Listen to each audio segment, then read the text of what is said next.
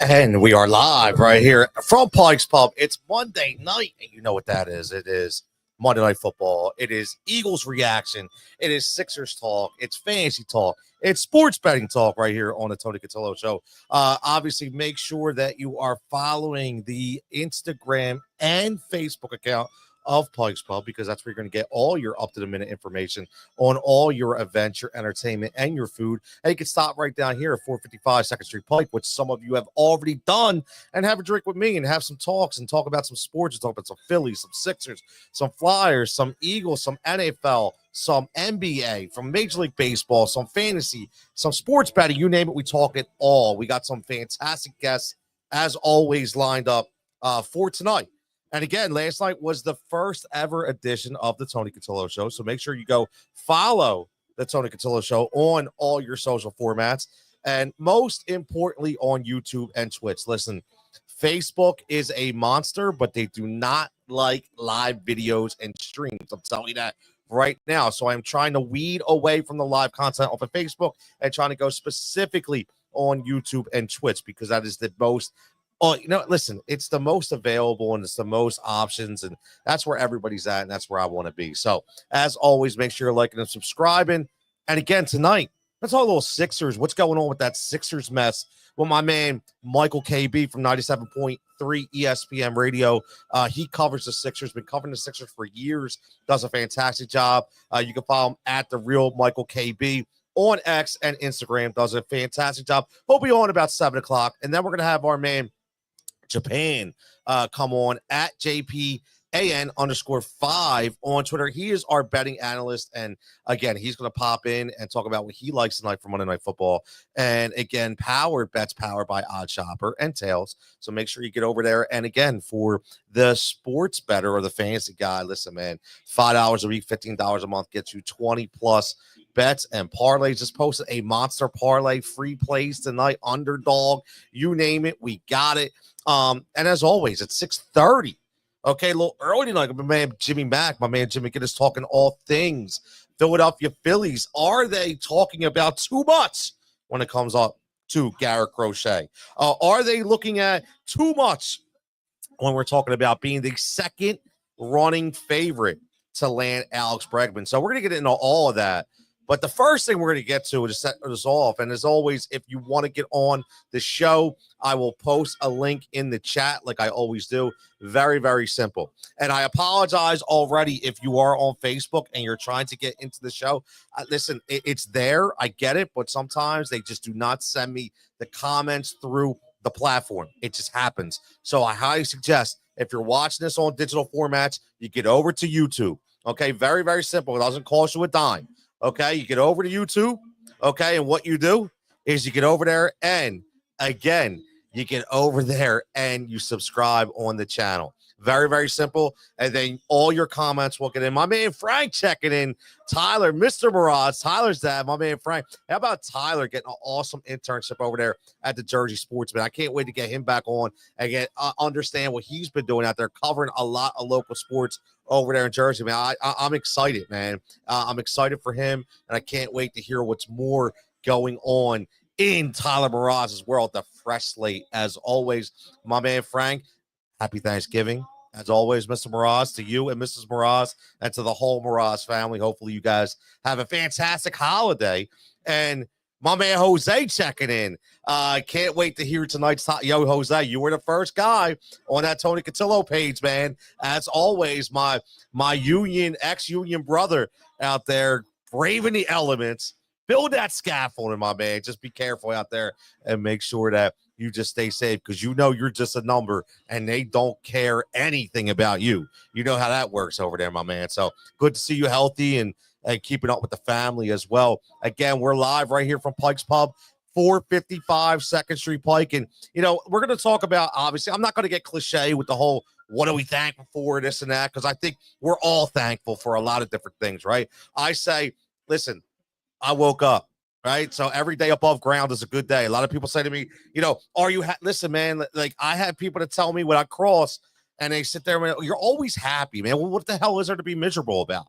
right? I'm alive. I'm breathing. Some people never even woke up today, right? So I'm already ahead of the game. Tomorrow's tomorrow. Today's today. That's how we live. And I'll tell you what, today, we got a huge show planned. My man Jose, we're going to talk all things, man. All things in the world of local and national sports. But what we're first going to start off with is Saquon Barkley's race to 2,000.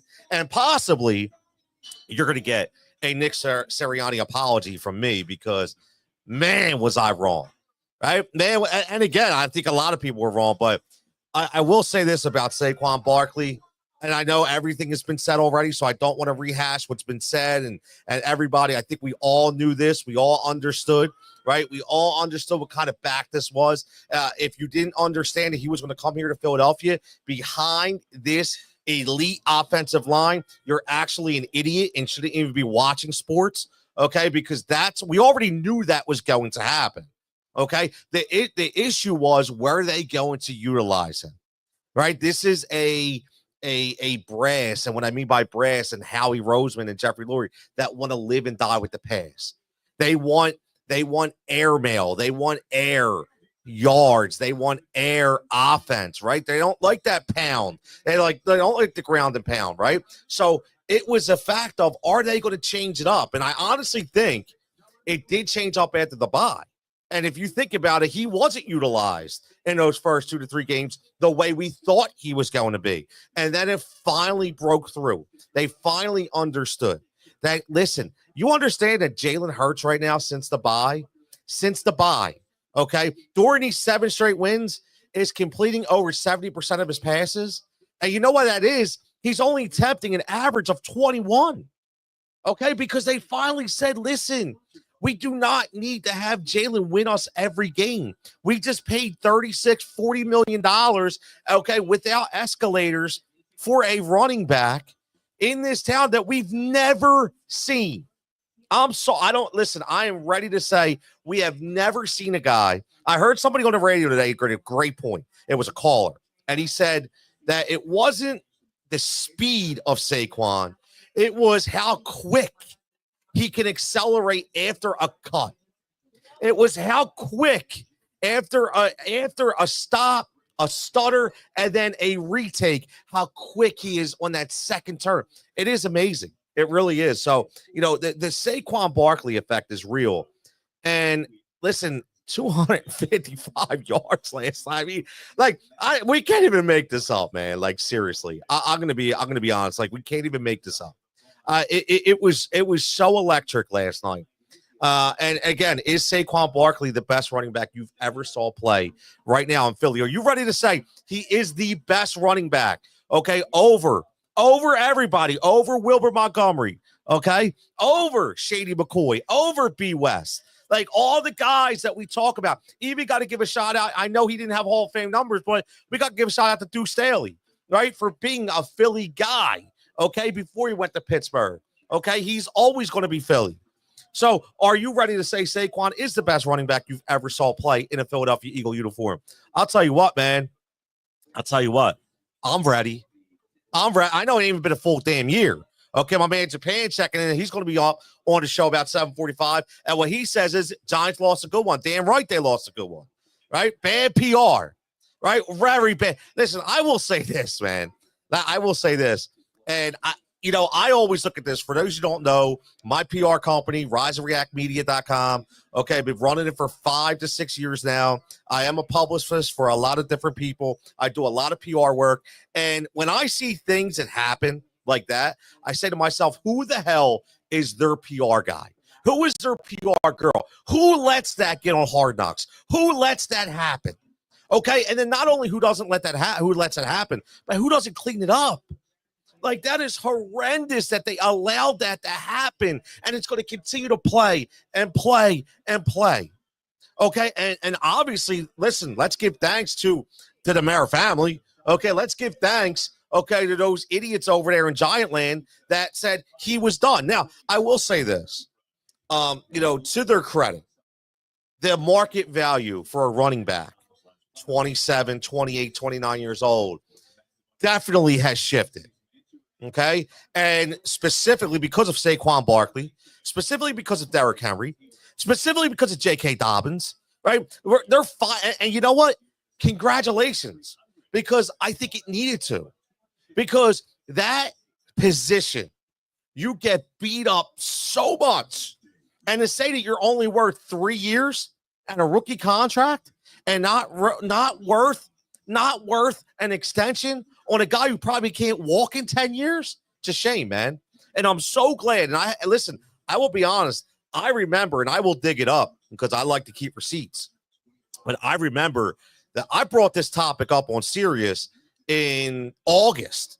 And I said that, I think that Derrick Henry and Saquon Barkley were going to change the landscape of the market value of a running back in the NFL this year. Because I think they got in the perfect opportunity. I think they got in the perfect offensive scheme. Okay. And I knew that they were going to explode. And what happened? That's what they did. They absolutely exploded. Okay. And every running back, every running back in the NFL right now should be sending these guys a damn Christmas card. Okay. Send them my Japan. Please don't make me laugh. Japan says, I don't remember a time when Tony was wrong. Oh, I remember. Number one, ask my wife. Number one, ask my kids. Okay. Number one, ask the callers. Okay. Ask the Sirius XM Fans Sports Radio audience. Okay. Because they're going to tell you I was wrong on a lot of my plays. I can tell you some plays I was wrong on, especially fantasy football plays. Right. I can tell you a lot. Right. It happens. Right, we can't always be right, but damn, when we hit a good one, we hit a good one. My man Richie D checking in says, "What's up, bro? How about them birds?" Listen, absolutely, them birds, unbelievable. Again, tons of people watching right now. If you're watching on Facebook, okay, if you're watching on Twitter, and please, if you can, go over to that YouTube feed. Okay, go over to that YouTube feed, okay, and make sure you subscribe to the Tony Cutillo Show. Make sure you like the stream, and you can comment from there, only because I'm not going to be able to see everything that comes in from Facebook. It just doesn't happen. It's the way Meta works, okay? It's the way Meta works. So I want to be able to be one with everyone and talk this entire time. Last night was the first ever. Listen, last night was the first ever show. Tony Cutillo Show on the new YouTube channel. 338 live viewers last night, man. Shout out to everybody who absolutely tuned in. Huge audience tuned in last night, and I expect the same audience that is going to tune into tonight, okay? Because that's what we do, man. That's what we do. We support each other. My man Al checking in. I know. Here we go. See, Al, I'm glad you're checking in, Al, right? I'm glad you're checking in because Al says, well, that trash clown coach has a team 9-2. What did I say? Now you want to know a guy that's never wrong, Japan. How about my man Al? Al's never wrong. I'll tell you he's never wrong either, right? But he was right about this, man. He's wrong about Joel Embiid, though. Al, you wrong about JoJo. I'll argue that to the deaths, okay? But I'll give you were right about Sirianni. And I'll tell you what, I'm going to play a clip later from the Pat McAfee show. That was awesome, man. It was great because, they mock Sirianni and, they have a lot of fun. He comes on the show. It was great. My man Richie checking in from YouTube says, first of many shows, bro. It was fantastic. Listen, man, I appreciate it. Appreciate the love. Continue to appreciate the love, man. Just listen, man, living it out here, having some fun, trying to rehash, man, and rebuild. Like I've told everybody, I've always been building other brands, never been building my own. So now it's time for me to build my own. And now it's time to take all those connections I've had building everybody else's brand and getting them over to mine so we can collaborate and have some fun. And that's what it's all about. So make sure you tune it in. Again, every Monday night here live from Pike's Pub in beautiful Bucks County, 455 2nd Street Pike. Get over to the Facebook page. Get over to the Instagram page. Okay, fantastic food spot. They have the home, in my opinion, of the $3 happy hour every day from 4 to 6. There's something new on the menu. And I will tell you, I'm going to say it again. I'm probably going to have it again tonight, but I'm not lying. If I eat something and I don't like it, I say it. But last week I had a bacon cheeseburger that probably had a pound of bacon on it. And that shit was unbelievable, man. Best burger I had in a long time. So make sure you get down here and check it out. Shout out to everybody, my man Jake behind the bar. As always, keeping everybody's whistle wet. But listen, man, I'm ready. I'm ready to talk Saquon. I'm ready to talk Saquon as the best running back you ever saw playing Philadelphia. I'm ready to say that this team is ready. Okay. And hold on. Before we got to give a shout out to sad man. What bad luck for Brandon Graham, right? Like again, here's a guy that was supposed to be retiring this year. This was going to be his swan song. And he damn near looked like the best defensive lineman we had aside from Jalen Carter. I mean, this dude was getting after the quarterback. Will, by the way, for my OddsShopper family, if you are subscribed to the betting account over there, my betting account, to the jigsaw puzzle, to the jigsaw pieces, I apologize, messed that up a little bit, but you had a really good night because not only did I give out the Brandon Graham half a sack, but I gave out the Brandon Graham one or more sacks, which means at plus 375 and plus 750, you made a ton of money last night off of one free play. That's why you get over there and you get signed up, man. That's why you get over there, man. But yeah, Saquon running to the MVP. Listen, Rich, here's the best part about this, man, and that's what I love about it. And I talked about this earlier. You know, you talk about one of the most unselfish players you will ever see, right? One of the most unselfish players you will ever see in Saquon Barkley, because probably because of the tush push, right? Because of Kenny Gainwell, okay? And because of Jalen Hurts without a tush push, it's probably why he won't win MVP, only because of the touchdowns that he doesn't mind giving up. See, that's the great thing about Saquon. Right? Who knew this was the Saquon we were getting? Who knew? Right? And that's the thing. My man, look, here's Al, the 2-minute warning checking in. Hey, listen, Al, I love Al. He's very opinionated. He'll continue to run and continue to run his mouth on what he thinks is correct. And I love every minute about that. And he says, no Super Bowl talk, one game at a time. We still have a long way to go, and losing BG is huge. Listen, you're right, Al. I'm not talking Super Bowl. Right? All right. I'm not talking Super Bowl, but I am talking division. I think listen, I don't want to say stone cold lock. Okay. But when you see what happened, okay, in Washington, when you see what happens in Dallas, and obviously the Giants are cooked. And what did I tell you? Well, I tell everybody about Malik Neighbors, man. Not a good dude. Right? Everybody, Malik Neighbors. Yeah. Go watch his video, how much he cares about that team. Okay, he's about Malik, and that is it. Okay, that's why that team is poison, man. That team is absolutely cooked. Okay, because they have guys on there that don't give two shits about anybody except themselves. Okay, that's it. Right? Why can I not find his feed on YouTube? My man, Mike. Oh, Mike, I'm gonna put this right in the chat, man. Like, I'm gonna put it right in the chat for you, because I did have it. I did have it up. So you can make sure you get on the YouTube page. But the crazy part is, right? The crazy part is when you look at this as a whole, it's almost, you just search. The problem is it's a brand new page. So it's not in the algorithms yet. That's the problem, right? It's not in the algorithms yet. So unfortunately, because it's not in the algorithms yet, it's not going to show up. So I'm going to get it for you. Absolutely, right now, I'm going to get it for you. But the thing is about this team is it reminds us of the Super Bowl year, right? Where, again, we lose players, right, to injury. And then even though we lose players, next guy up, right, mentality. We've lost so many different people, okay? So many different people this year, and we just continue, okay, to make it happen. And that is coaching, right? But that's also culture. And I've said that before. That's also culture. That's like, you see what is going on, right? You see what is going on. Here, I'm going to put this in there for you, Mike. And this is the live YouTube feed right here. I just put it in the chat. Okay, so Mike, it is on the Facebook tab right there. That is the live feed for the YouTube. You just click on that, boom, it'll take you right to it. My man Nikki says just run the ball. My man Nikki Nuts checking in. Welcome to the Nick Show. This guy, my man Nick, is on. The dude stands up for the entire Flyers game, man. He is crazy. I love it. Richie says, yeah, but if he breaks the all-time rushing record, that is not hard to give it to him. Right. Now, I listen, you're right, but it's going to be him and Derrick Henry, right? Like, who's going to break the record?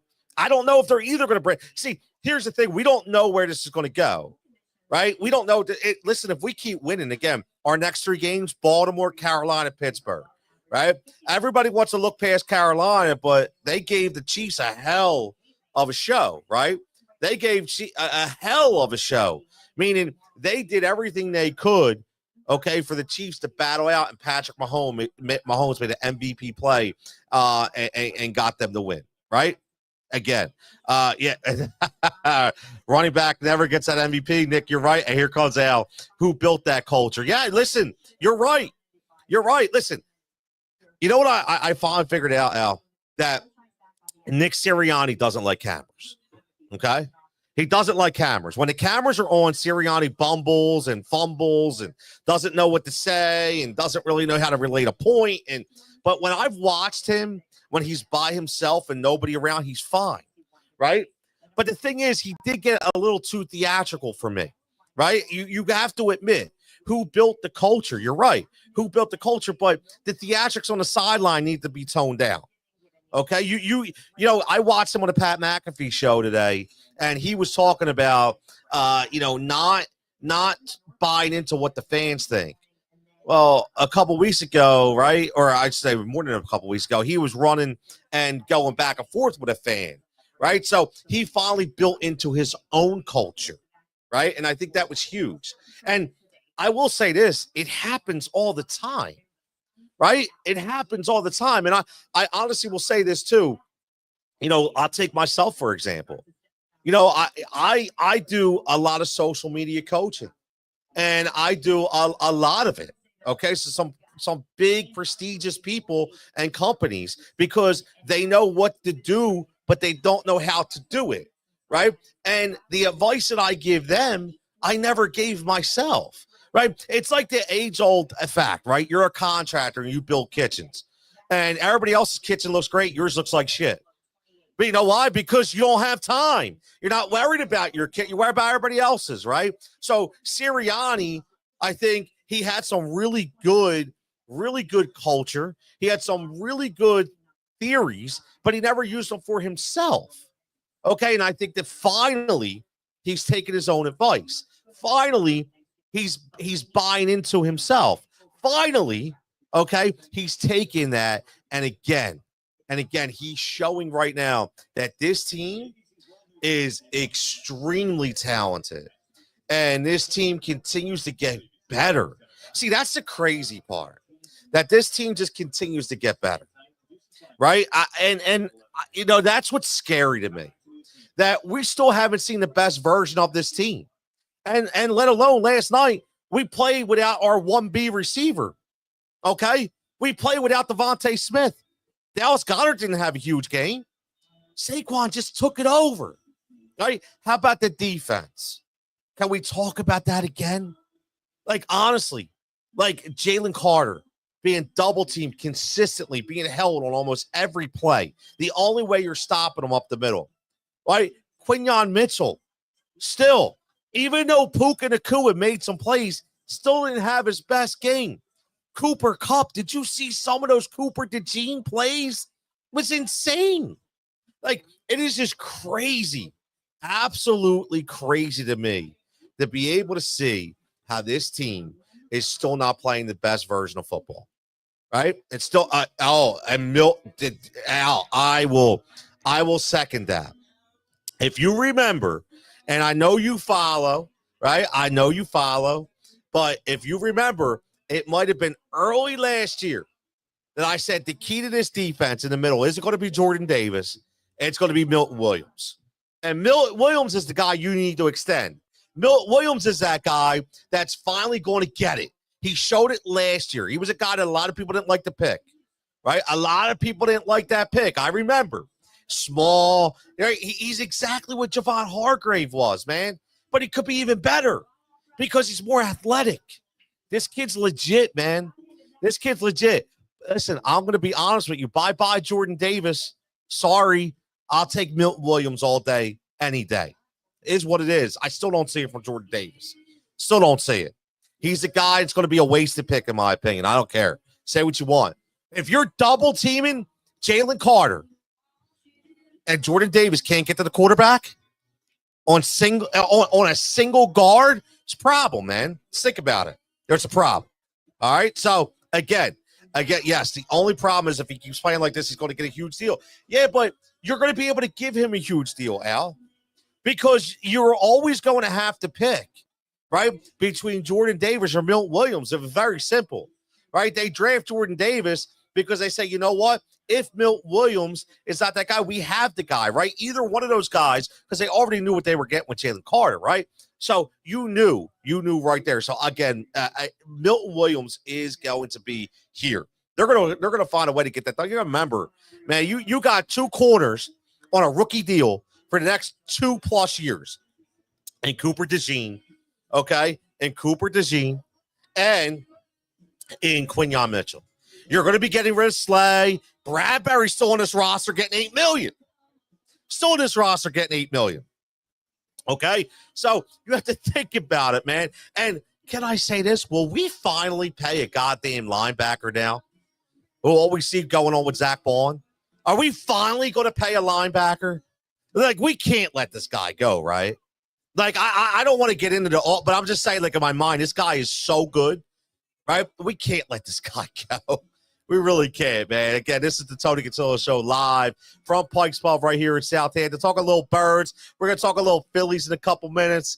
And, listen, we got a big show planned. As always, got the Real Michael KB. Go follow him at the Real Michael KB on X, on Instagram. He is the Sixers insider for 97.3 ESPN Radio. He will join me at 7 o'clock to break down what's going on with that godforsaken team. Okay, got my man Japan, my betting analyst, coming on, dropping some Monday Night Football bets. There's, as always, at 8 o'clock for the last hour, I'm going to drop my bets as well for the Pike's Pub bonus bet and my SGP. I got a monster 1436 parlay, okay, with the DK boost, okay, courtesy of OddsShopper, not Shopper Tails. And again, make sure that you get subscribed to that for your picks, okay, so you have some fun, okay? So you have some fun, you can win some money as well, because that's what it's all about, okay? Nick says, Howie will never let Jordan Davis go. We'll see. I'm not ready to say that, okay? I'm not ready to say that, but we will see. We will see. No audience tonight. The captain's not here tonight, brother. The captain's not here tonight. No, he is not. I know who you're talking about. I know who I was talking about. I think he stayed away right now, man. I think he stayed away. I think he had enough. I do. I think he had enough. Everybody checking in. Make sure you're liking and subscribing wherever you're watching the show from. But most importantly, get over to that Tony Cutillo Show live on YouTube and Twitch, because that is the main audience that we're trying to get to. That is where, because again, Facebook is just going to cut these streams off. You're not going to be able to do them. They're not going to be able to get the content up there unless you just go live from there. And then I have to take out the rest of the audience, which I don't want to do. Right? I don't want to do. But listen, it's not just Eagles, man, and not just Sixers. And again, this is not just Philly. Again, this is the Tony Cutillo Show where we talk everything, not just Philly. We are going to break down Week 12 in the NFL later on, what's going on in each division. We're going to break down a lot of different. My man Nikki is here. I'm here, brother. My man Nikki Nuts is here on YouTube going to the show. My man, I love you, brother. Really, really appreciate it. But we got some Phillies topics we're going to touch, because there's a lot of stuff going on, man. We could talk Eagles all night, but we got to talk 4 for 4. We got to talk all over, right? So, when we talk about this, there's some questions we have to ask, because there's been a lot of things coming out. And one of the most important parts is, would you pay the price for Garrett Crochet? Okay. And if you do, why are they so heavy for Garrett Crochet. I saw a couple things that made sense to me, but I just don't know if I'm willing to give up this monster deal. Oh, by the way, comes out today, okay, by Bob Nightingale. Okay, that guess what? They're still hot and heavy for Alex Bregman. And if you go to the live odds right now, Alex Bregman, okay, the Phillies are the second favorite behind the Tigers to land Alex Bregman. So that just means that to me, that a Bohm deal isn't imminent, but it's highly, highly likely. So this is what we're going to do. We're going to take a quick 2-minute break.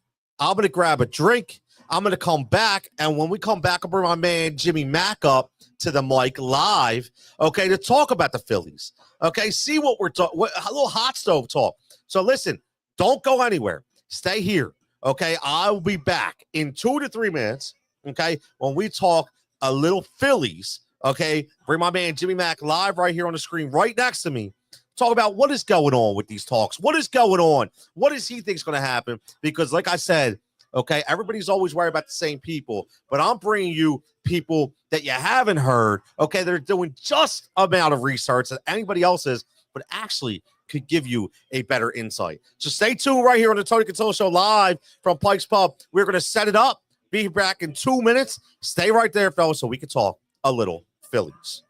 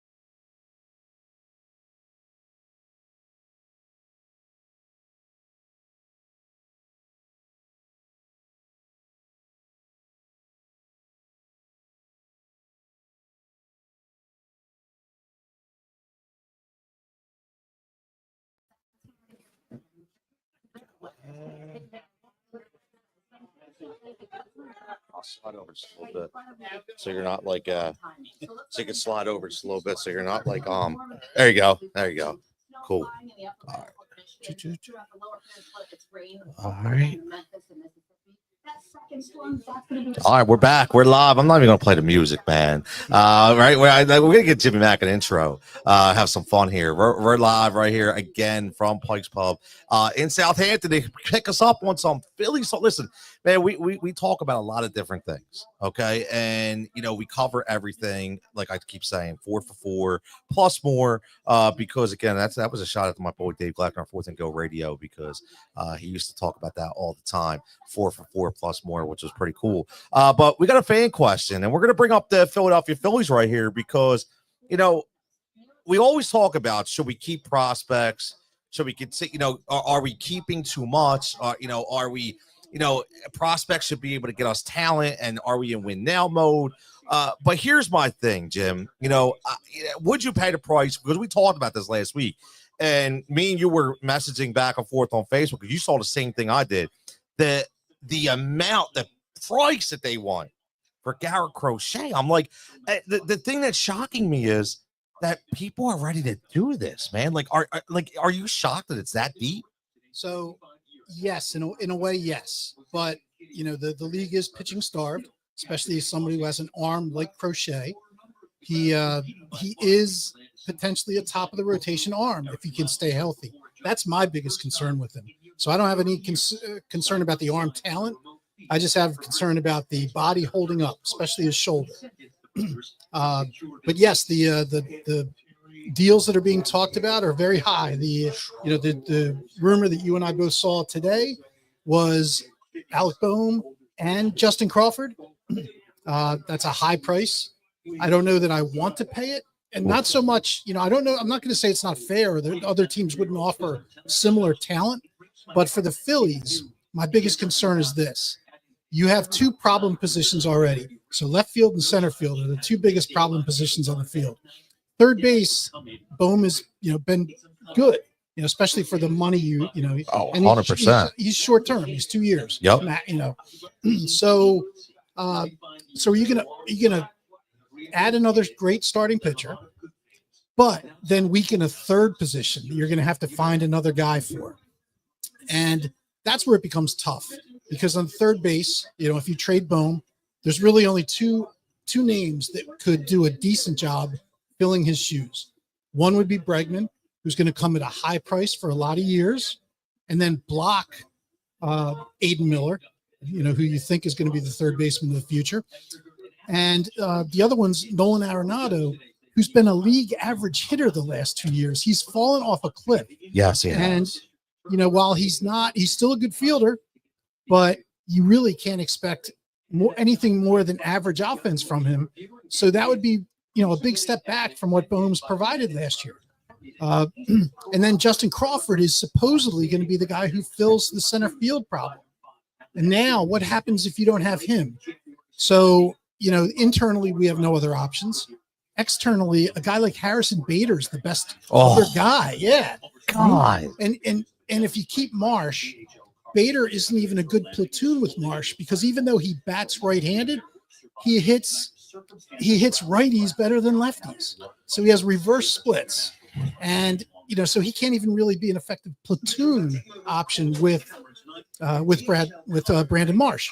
So, but is it going to take that much talent? Probably, because I've heard that the Red Sox are also in the deal, looking to get Crochet, and they're offering guys like Tristan Casas, who's a first base prospect with stud. Top. Yes, stud. Exactly. Yep. As well as one of their top minor leaguers. So that kind of talent is going to be what it takes to get him. But is it the best move for the Phillies? Strengthening a position of strength and then weakening a third position while taking away one of the best options to fill one of your other weaknesses. So yeah, I think I'm against it unless they have other deals in the works for names that we don't even know are available. I find it hard to believe that the Phillies would pull the trigger on that. I thought that too, right? I did. I thought I said, there's no way in hell the Phillies. Now, I will say this, and you know this as well, and if everybody tuning in, make sure you like, subscribe, and make sure you go follow Pike's Pub on Facebook and Instagram. That's where they live. That's where they arrive right here, 455 2nd Street Pike, home of the $3 happy hour from 4 to 6. We are live every Monday night for the Tony Cutillo Show right here, 6 to 9, talking to my man Jimmy Mack, talking Phillies. And I thought the same thing, Jim, and I was like, there's no way that they are going to give it up. But then I kept looking. And I'm like, look, where there's smoke, there's fire. I say it all the time. And the rumors are getting hotter and hotter. And then Alec Bregman bumps up. The Phillies bump up from 5-2 as the favorite in the betting market to sign Alec Bregman. So now I'm thinking, all right, this deal's happening. Like, this deal is legitimately happening. And Dave Dombrowski, one thing he has not done here yet is trade away the farm. But everywhere else he's been, right? He's traded away top prospects. So could he finally say, this is what I'm looking at. Some of you agree. I'm looking at Dombrowski as he's going, you know what? I've been doing it the right way for the last 2 to 3 years. Haven't traded away no A-plus talent, not like that, and it ain't worked. You know what? Screw it. I'm going back to the Dombro way, and I'm gonna give up one of my top prospects because I want to win now. Do you think that's kind of where he's going here? So I do think it's possible. I said, I probably misspoke. I should have said I wouldn't do it. But I believe you, I believe like you do that Bohm's going to be traded. Yeah. I mean, there's too many conversations. The fact that he's now included in a rumor with players, almost means that something's happening. And maybe it's not Crochet, but I'm pretty sure Bohm will be traded regardless. Because frankly, maybe if I'm the White Sox, and I've got the Red Sox offer on the table too, I might prefer that. Yeah. Because Casas has more years of control than Bohm does. So, the one other counter I saw in the rumor mill was that Chicago has concerns because of Bohm's second half. Yes. Obviously he was much better in the first half than he was in the second half. He also had the hand injury. Yep. That shelved him for a couple of weeks, but. So, again, it doesn't mean that specific deal happens, but I do believe, like you do, that Bohm is probably going to be traded. And that's probably the reason, one of the reasons why all of a sudden the Phillies are on the board as far as the odds to land Alec Bregman. And I did a little research into that too. When you brought that up to me that they jumped up to number 2. So I was like, I wonder where they were before free agency started. And they weren't even on the board. They weren't even on the board. There were 6 teams that were posted. These are FanDuel odds from back to November 7th. So wow, November 7th. Yep.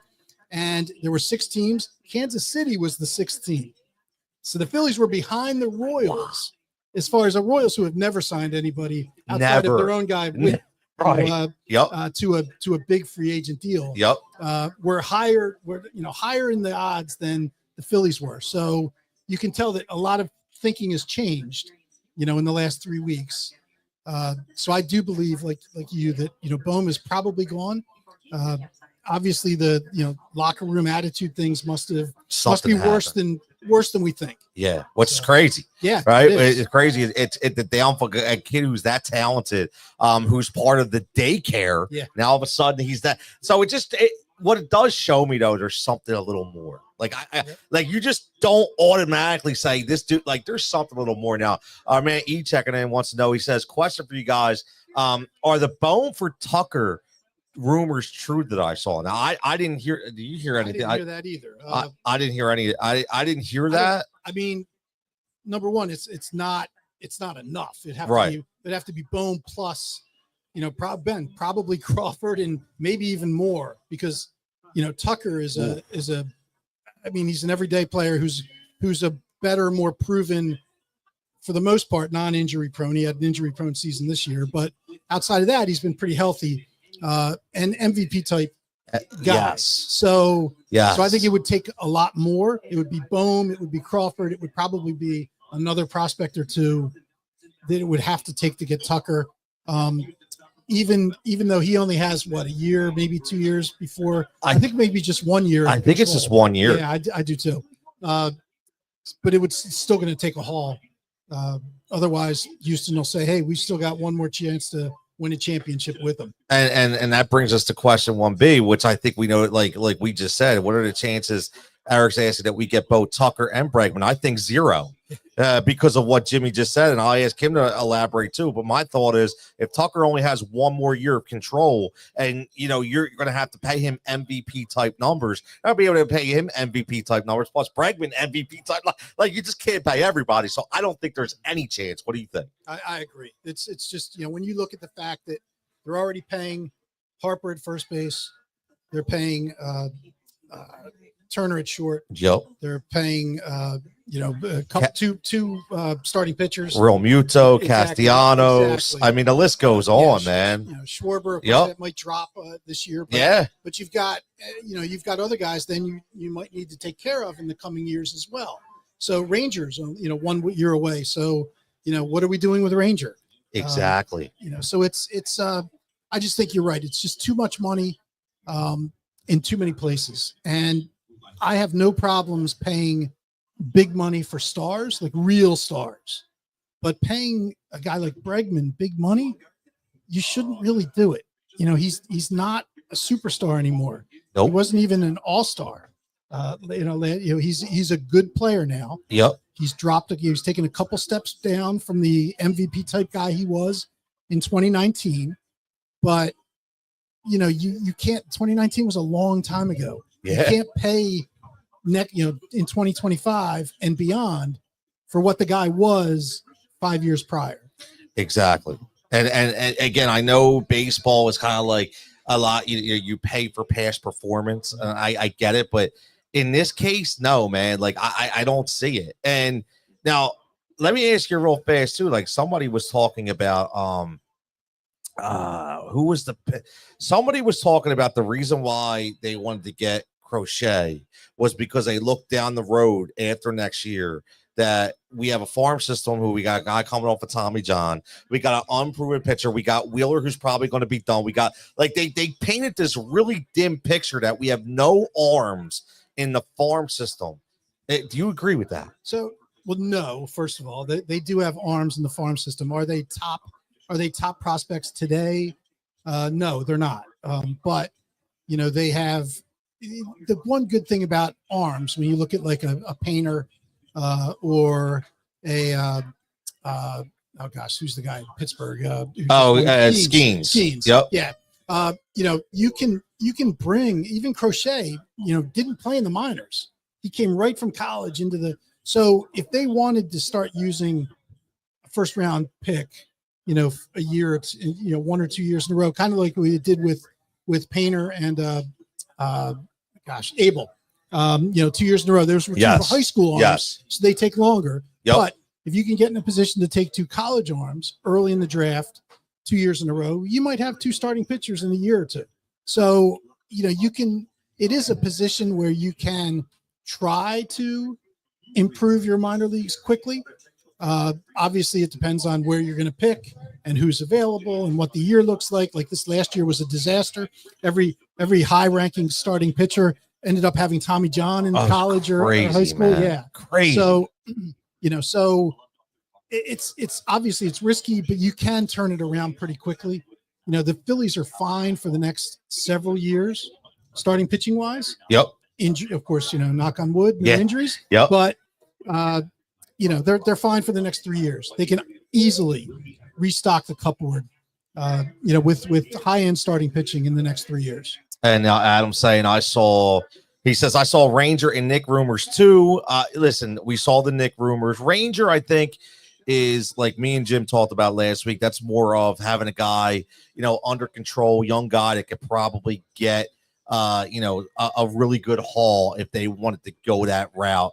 Mike says, I don't mind paying our own guys for past performance. There's the beer captain. There's the bar captain.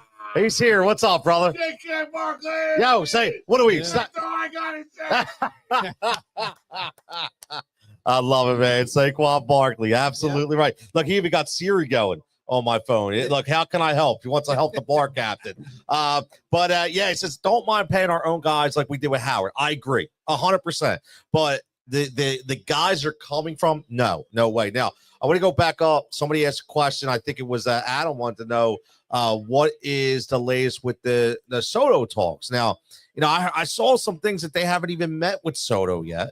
And I saw a couple things that said when they do and if they do, Harper's supposed to be there. Like they're bringing their guys there. But Jim, I'm not getting the feel that there's no. To me, he's not coming here. I think that shot's gone. So, I'd say I think 80% of the other, media, sports media, is in your camp. Yeah. I still think there's a chance, only from the standpoint of,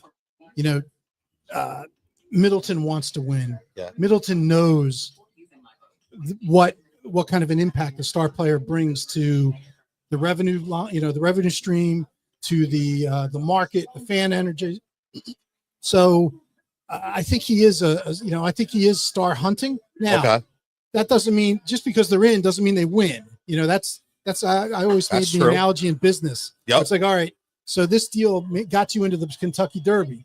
You still have no shot to win, So we're in the Soto Derby, I think, but I think we're hanging in the back, and we are not the odds-on favorite. We're not even looking to place or show. I think right now we're out. We're one of those long shots that sometimes come in, and I still think the Mets are probably the number one team. Okay. I think they'll outbid anybody. Okay. But I think it's going to come down to Philly selling Philly.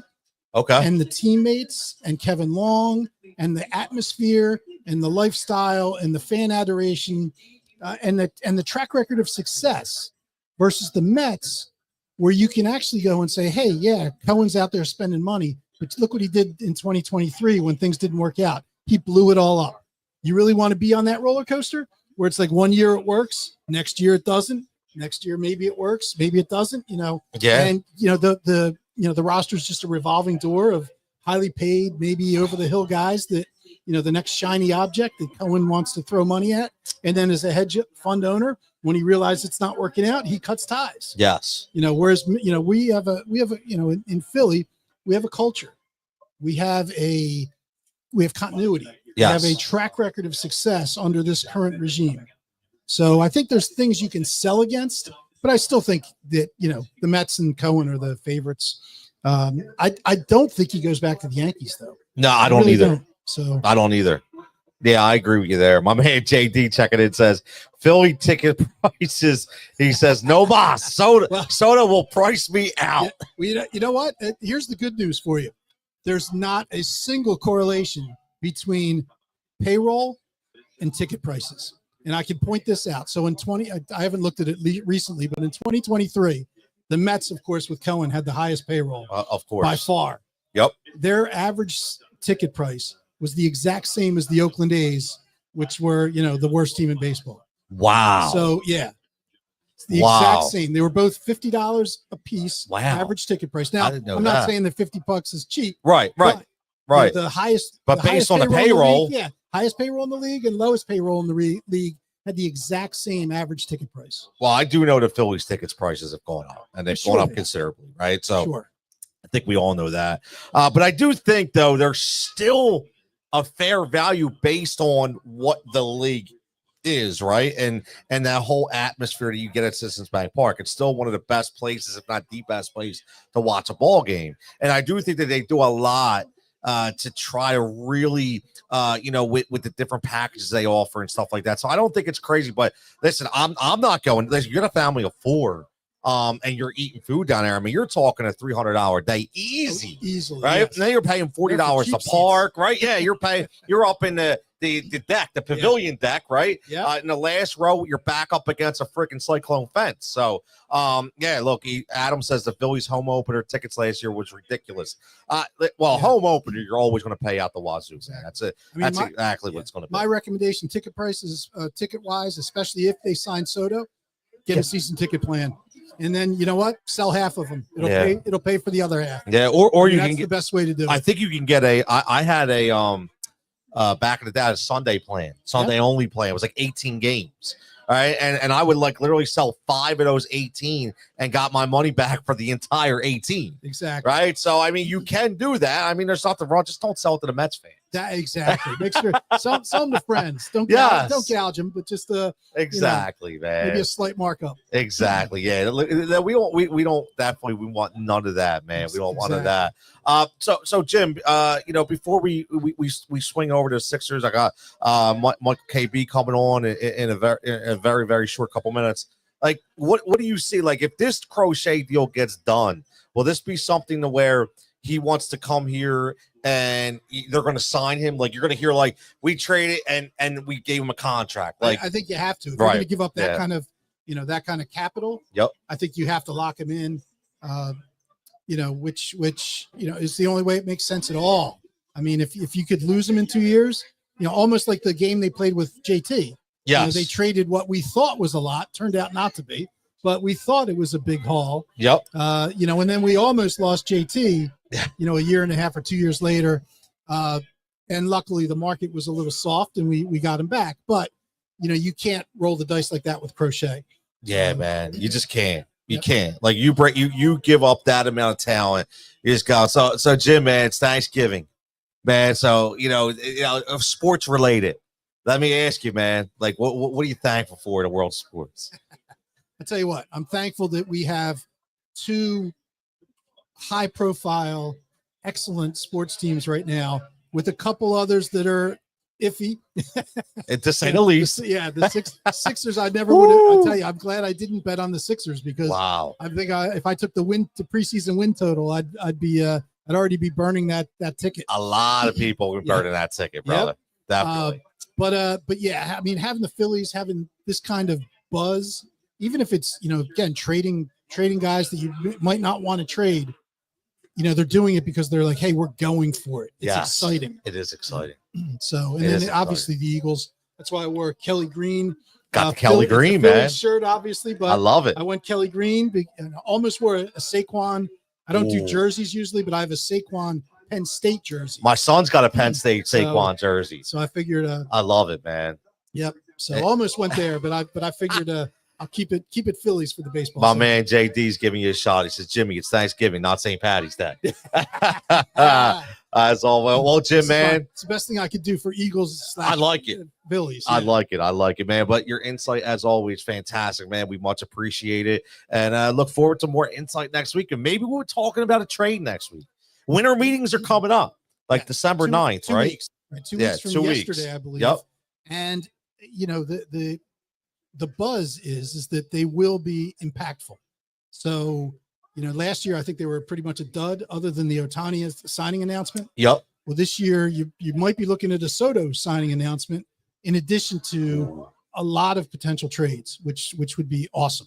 Oh, that would be awesome, man. Yeah. That would be fantastic. All right, man. Jim, well, thank you so much. We're going to take a 1 to 2 minute break. I'm going to set this up. We're going to bring back a little Sixers talk. Well, man, Michael KB from 97.3 ESPN. He is the reporter for the 76ers. And we're going to get what the hell is going on with this team. And should we just end the season now? Because it looks like there's no energy whatsoever. So we'll be back in 2 minutes with the real Michael KB. We're talking live, little Sixers right here from the fantastic Pike's Pub.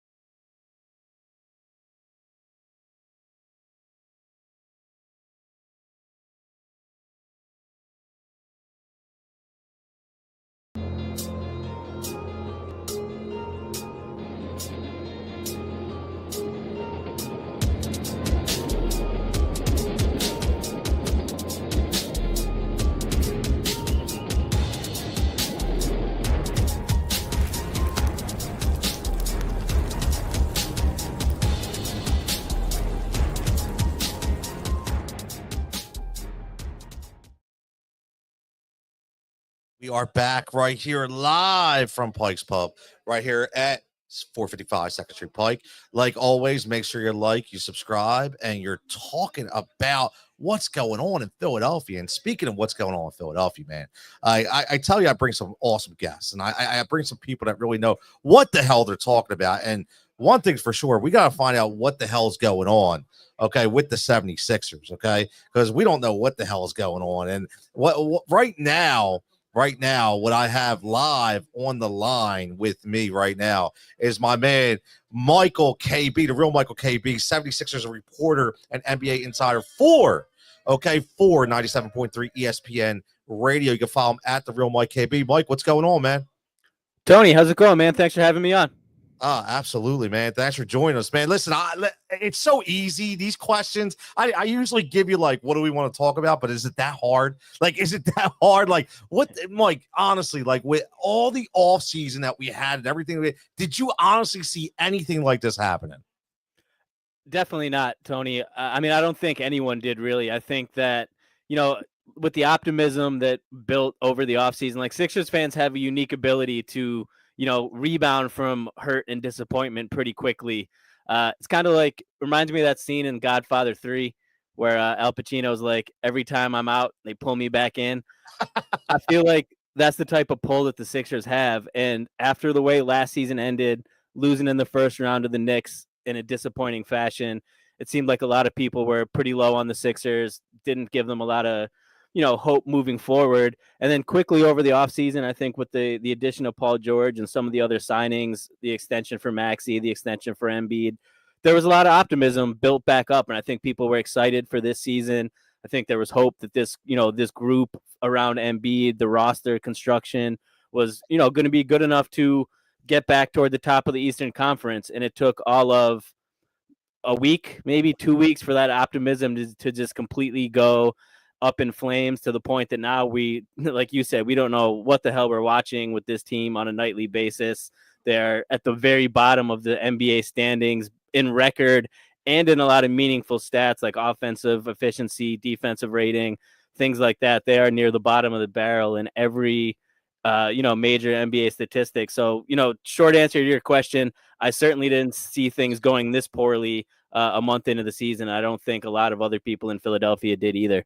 Yeah, it's been really, really bad. Again, we got live on the Roger React Media Hotline right now. We got the Sixers reporter, NBA insider for 97.3 ESPN Radio, my man, the real Michael KB. You can follow him at the real Mike KB on X. Make sure you follow him. He does a fantastic job. He's always posting, always top of the line. And speaking of top of the line, we were supposed to have the top of the line PG-13, top of the line depth, top of the line roster, top of the line coach. And I'll be honest with you, Mike, like I tune in and I'm happy I didn't renew my tickets. Right? What's that? Where you come up when we had top of line food? Come on. Hey, for who? The Sixers? Yeah, we're talking Sixers. See, we're talking Sixers right now. We'll be back to Eagles in about 10 minutes. All right, and now I'll get you on for some what? What? We got the bar captain here, Mike. Hold on. You're good. Got it straightened up. I listen. Ain't nobody. They ain't not doing nothing around. I hear you. They're not making moves. They made a lot of moves, though. Well, when?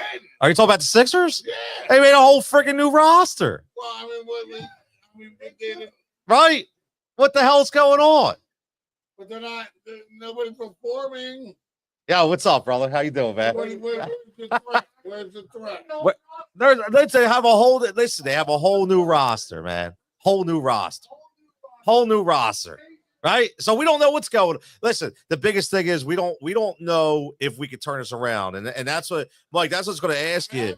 Like, speak. Well, we'll get there. Hold on. Let me get the mic for a minute. Then I'm going to get you on a mic in about 10 minutes. Hold on. Hold those thoughts. All right. I want that fire, Bri. I want that fire. All right, I got you. So Mike, honestly, like I said, I didn't renew my tickets. I was going to, even was like, yo, look, and I could get down there with the blue coats and stuff like that, but I'm like, man, I don't feel no energy, man. Like I look at this team and every everybody on that team, even guys like Caleb Martin, look like all of a sudden he can't shoot. Yeah, guys like Kyle Lowry that are pissed off. Like it just seems like this is unfixable right now. Do you agree with that? Yeah, definitely. Well, first of all, I can't blame the guys at the bar with you for wanting to talk Eagles instead of Sixers, because I think that's most of Philadelphia right now. We got a 9-2 Birds team coming off that great win last night, clicking on all cylinders, and then we got a 3-13 Sixers team that look like they want to go to sleep every time that the game starts. So I don't blame the locals for preferring the Birds talk. But no, I think you nailed it, Tony. And to me, that's been the most concerning part of this season. With Joel in and out of the lineup, Maxey missing games with injury, Paul George missing games with injury, not having an amazing record at this point would be understandable. But to me, it's just the lack of cohesiveness, motivation. Like every night they just come out and they look like they don't know what the hell they're doing on either end of the floor. They don't look like they have the necessary energy, the requisite energy. And in teams in the past, we've seen 2 years ago, I mean, this Sixers team had a winning record when Joel was off the floor. I know people love to hate on Doc Rivers, and it was all the rage in Philly, get Doc out of town. But, this team was a competitive team for years, even when Joel was missing games. And to me, the most concerning thing this year is that they just don't seem to have any fire, any motivation to, go out and represent for the fans. And you're definitely not the only person I've heard from that said that they, didn't re-up their tickets or haven't purchased tickets to games this season specifically, not only because on any given night, you don't know who's going to be out on the floor, which makes it really hard to, want to go to a game if you don't know if the best players are going to be out there. But even if they're not out there and you go, you're not getting the team isn't putting out the energy for the fan base. Like, you can't blame a team if they're shorthanded, missing their best players, and they lose, but at least they're out there, clearly giving it their all. And we're just not seeing that from this team. And to me, that's been the most concerning thing. I think obviously Nick Nurse gets the benefit of the doubt for the time being because of, like we were talking about, all the injuries, all the absences, brand new roster, guys in and out of the lineup. I think some of these, issues were to be expected. But, personally, I have not been impressed with what I've seen from Nick Nurse this year. I don't want to say he's checked out, but there's just no creativity, no imagination in the offense. There's a disconnect in getting the guys motivated to go play. And a lot of these games they're losing, even without their star players. It's not like they're losing games every night to the Celtics. They're playing teams that are also missing guys. They're playing teams that don't have the star power that the Sixers have, and I think they should be able to get some of these wins. So to only have 3 wins, only 1 regulation win after 16 games, regardless of who's been out there for the Sixers, I think to me is an indictment on Nick Nurse and an indictment on the rest of the roster. Listen, man, I could not agree more. And I got Eric, famous unscripted sports show, my man, checking in on YouTube's asked, has Nurse lost the locker room? And I'll say this: what you just said, about Nick Nurse is exactly the way I feel with the no creativity. And I think my own opinion was, and I was talking about this before, like I'm an eye test guy, and I'm watching these press conferences, and he reminds me of a guy who's just, like you said, kind of checked out. A guy who's saying, you know what? I'm so done. Like, I did not come here for this. I did not come here to be a corporate mouthpiece. I did not come here to deal with the questions about guys like Joel. Is he going to play? Is Paul George going to play? Is this guy going to, like, he doesn't want to deal anything with this. And I feel like, it's not that he lost the locker room, and it's not that, like, will he be fired? I feel like he might just, like, screw it. I'm out, man. Like, I did not sign up for this. Do you get that same vibe? Yeah, absolutely, I do, Tony, and it's worrisome to me, and it's the vibe that he's been giving out to us media members in the pregame, his pregame availability every night and his postgame availability every night. He seems, and it's been this way since before the season even started, going back to media day, having to consistently answer questions about, quote unquote, the plan for Joel this season, his availability, things like that. And, this is like you said, a kind of a mouthpiece situation. We saw this with Brett Brown, where he was constantly kind of forced to be the guy that's in front of the media and answering questions that, maybe the general manager should be answering, maybe the ownership should be answering, but it's the head coach. And I do get the vibe that, to use your words, that it's not necessarily what he signed up for. I don't know, to answer the question, I don't know if he lost the locker room yet specifically. I do know that the vibes are very low. I've been in the locker room several times this season after games, and there's not the energy, like the positive energy that I think you felt. And I think you see it in guys, even like Tyrese Maxey, who's been known, he wears a smile on his face 24/7. This losing is wearing on him. You could tell by his answers, his responses to things. And I mean, luckily, thank God for Jared McCain, because he's bringing that. He's the only one. He has that energy, the enthusiasm, kind of like the wide-eyed rookie thing. Like, he's clearly enjoying being in the NBA. It's all new to him, where so much of the Sixers roster is veterans that are on the wrong side of 30, that are, in it for one last hurrah to hopefully be able to, ride to a title with other veterans. And I just don't feel like that collective energy and exuberance is there outside of, what McCain brings to the team. So I think there's a lot of things going on. I wouldn't say that Nurse has completely lost the locker room. I would definitely say that there's some bad vibes going on in that locker room that stem from, the situation with Joel all season, missing the games. He's clearly, letting things get to his head, back to the Marcus Hayes situation. And now the recent thing with the snitch in the locker room and the details about the meeting leaking. And he's clearly upset about that because it paints him in, not the best light for a team leader to, I'm sure that he didn't want national media to know that he was getting called out for being constantly late by a 5th-year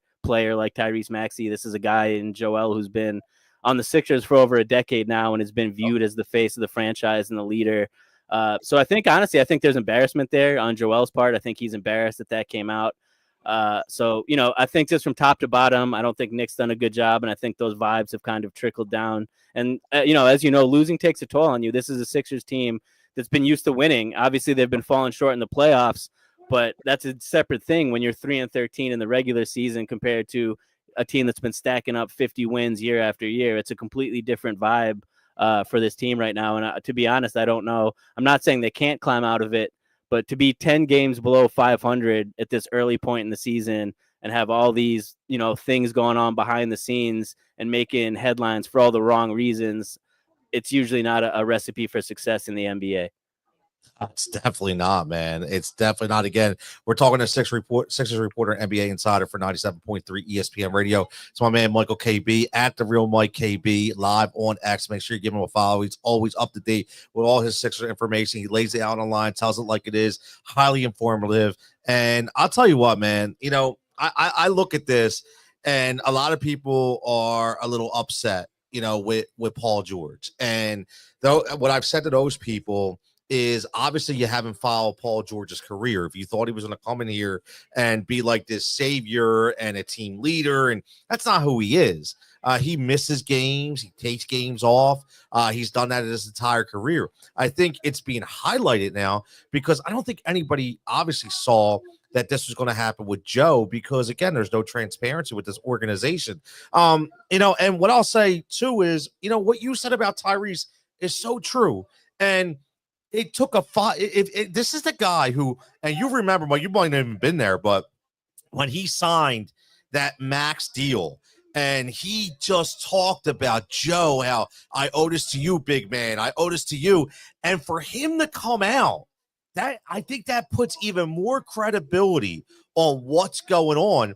And, looking at this, they're kind of screwed. I mean, they have a guy that they just gave a max to. He's not going anywhere. All these people that say, oh, let's trade him. You can't. He's untradeable right now. Like, even if you could trade him, you can't because of the NBA collective bargaining agreement. But even if you were able to, what are you going to get for him? Nothing. And that's what scares me, man, that like this could be going down a really bad slope. And I know there was an article or a couple people came out that said, and you'll know this more than me, about, the Sixers were always going to target like a power forward or a, something like that. They gave themselves that flexibility with contracts like KJ Martin and things of that nature. But I mean, I don't even think that's even going to work. I think it's almost like something's going to come out that says, yeah, we're going to shut Joe down for the season because he's going to have to get a procedure. Do you see something like that arising? Yeah, Tony. Unfortunately, I wouldn't be shocked if something like that happened. And I think the most unfortunate thing that we're seeing is how quickly the worst case scenario of this plan for the Sixers has unfolded. I think everyone that kind of knew, that follows the NBA, when you look at the landscape of things, the Sixers went all in this summer on a 34-year-old Paul George who's been playing NBA basketball at a very high level since 2010, who's been playing a lot of playoff games, who has sustained, several serious injuries over the course of his career. And you couple that with a guy in Joel Embiid, who for all, the great things he does on the basketball court, availability has never been a strong suit for him, and injury issues and missing games has been the biggest knock on him. And I think the main concern when you pair two players like that together is, are they going to be able to stay healthy and stay out on the court together?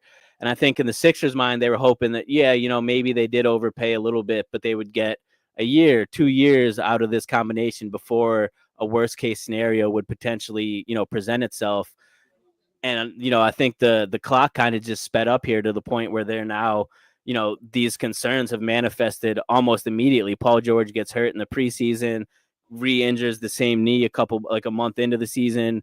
No one knows what the hell is going on with Joel's knee. And a lot of people want to find fault in this situation in different places. The main thing for me is the Sixers, just the way they've communicated it publicly, what's going on with Joel Embiid. And I think so much of that has led to this distrust with the fans and the fines and the suspensions and all this stuff, because they just have not been transparent about what's been going on with the knee. And obviously fans want to know, media members want to know. So there's just a constant array of questions. And the Sixers, as has become a trend with this team, going back basically Joel's entire tenure here, transparency has not been a strong suit. And I think that's really hurt the public perception of the team and Joel specifically this year, because I think people just don't know what the hell's going on and they don't know what to expect on a night to night basis. And to your point of the original question, I don't think anyone, like on any given night, on Wednesday night when their next game here, I think people would be equally surprised if they're like, yeah, Joel's playing this game, or they announce we're shutting Joel down for an extended period of time. No one knows, and it could go in either way, and I feel like people would be equally non-surprised in either way, and that's a problem. Yeah, man.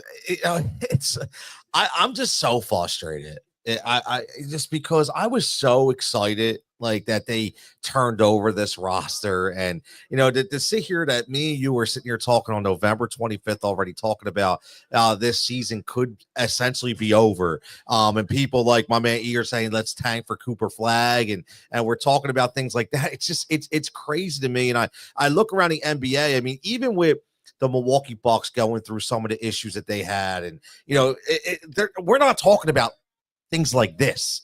Like, it's crazy, and it's just another opportunity to show that I watched the Boston Celtics, the opening game of the NBA. I'm continuing to watch Boston play. I watch a lot of NBA games, and I look and I'm going, there's no way. I mean, even Orlando right now, even with Banchero being out, okay, and Franz Wagner just looking like the truth. Even a team like that, like, we can't hang with any of these guys. And I'm like, how can we do this with the payroll that we have and supposedly one of the best players in the world that can't get on the court, man? It's just, I credit you, man. I don't know how you do it covering this team every day, because I would literally be ripping my hair out.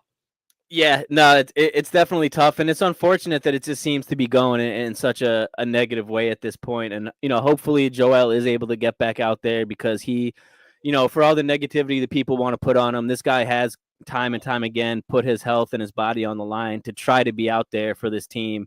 And unfortunately, it just has not worked out for him. And at this point, at the wrong side of 30, you don't think he's going to be moving any better moving forward. And like to your point, it's just, they're stuck with him and Paul George now for the next 4 years moving forward. And it's a tough place to be. The only silver lining, we'll circle back to it, is obviously Maxey and now McCain. You have two young guards, potentially like a backcourt of the future that maybe, with some shrewd moves from the front office in the future, they could kind of pivot to a team in the future that's built off these guys that are perfect for today's NBA with speed and floor spacing, shooting, guys that can play off each other like that, because this rest of the Sixers roster, it's too small when it needs to be big in other areas. It doesn't have the quickness and athleticism that a lot of the young teams have. It's just, they just look old and tired and unathletic too much of the time. And unfortunately, with the way this roster is built, there's really no easy fixes. So, I mean, I try to hold on to some optimism, but from the fan base perspective, I definitely see the negative side for sure. Yeah, man, it is so tough. It is so tough. Again, live on live, we got Sixers reporter, NBA insider for 97.3 ESPN Radio. My man Michael KB, the real Michael KB. Make sure you follow him at the real Mike KB on Twitter or X or whatever the hell we're calling it nowadays. And listen, God knows if it has to work. I'm gonna get you out of this one, Mike. Number one, I gotta ask you something, bro. Like, how do you not have your own show? Like, I'm not trying to put you on the spot. But like I've had you on my Sirius show. I've had you on this for over the years, and you're one of the most silky smooth talkers I've heard in the business. And I need more of that on radio, but for some reason I don't hear it, man. What the hell's going on with that? Yeah, I appreciate that, Tony. First of all, silky smooth is a great way to describe it. I haven't heard that one, but I appreciate it, man. And well, that's why I'm happy to come on with you, man. Anytime I get the opportunity. I used to have a podcast back in the day. I don't know if you remember Sixers Report with my buddy Jeff McMenamin. He used to cover the team. We did a lot of good stuff then, but since then it's whatever the opportunity presents itself, I try to capitalize on it. So that's why I reached out to you immediately. I applaud you with this show. It's nice to have a platform that gives voices an opportunity to get out and talk. So again, I appreciate you having me on, and it's always nice to get to chop it up with you about some Sixers stuff, even when things have been going as poorly as they have so far this season. Nah, man. Listen, man, I greatly appreciate it. And I will say, man, on this week, it's Thanksgiving. I'm obviously thankful for people like you that continue to give me their time and I continue to I say this all the time, man.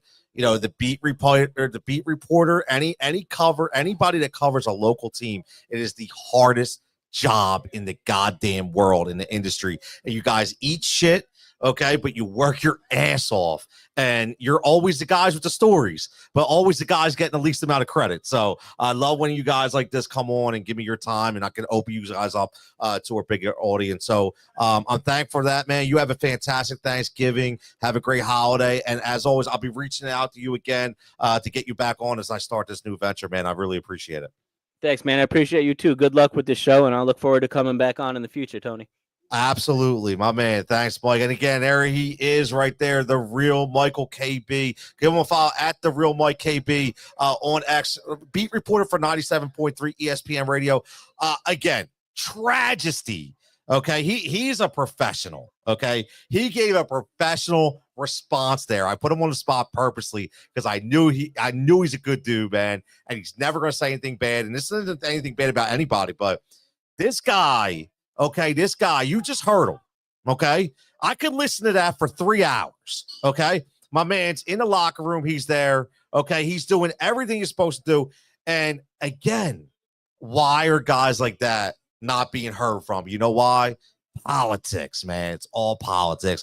My man, Mike, again, shout out to Mike. He was the first, I will say this, the first person to reach out to me. And again, like I said, I've been building a bit. My man's up here. All right. Before I go, come on, man. Yo, I got the bar captain's here. Come on, man. Oh, look, come on, man.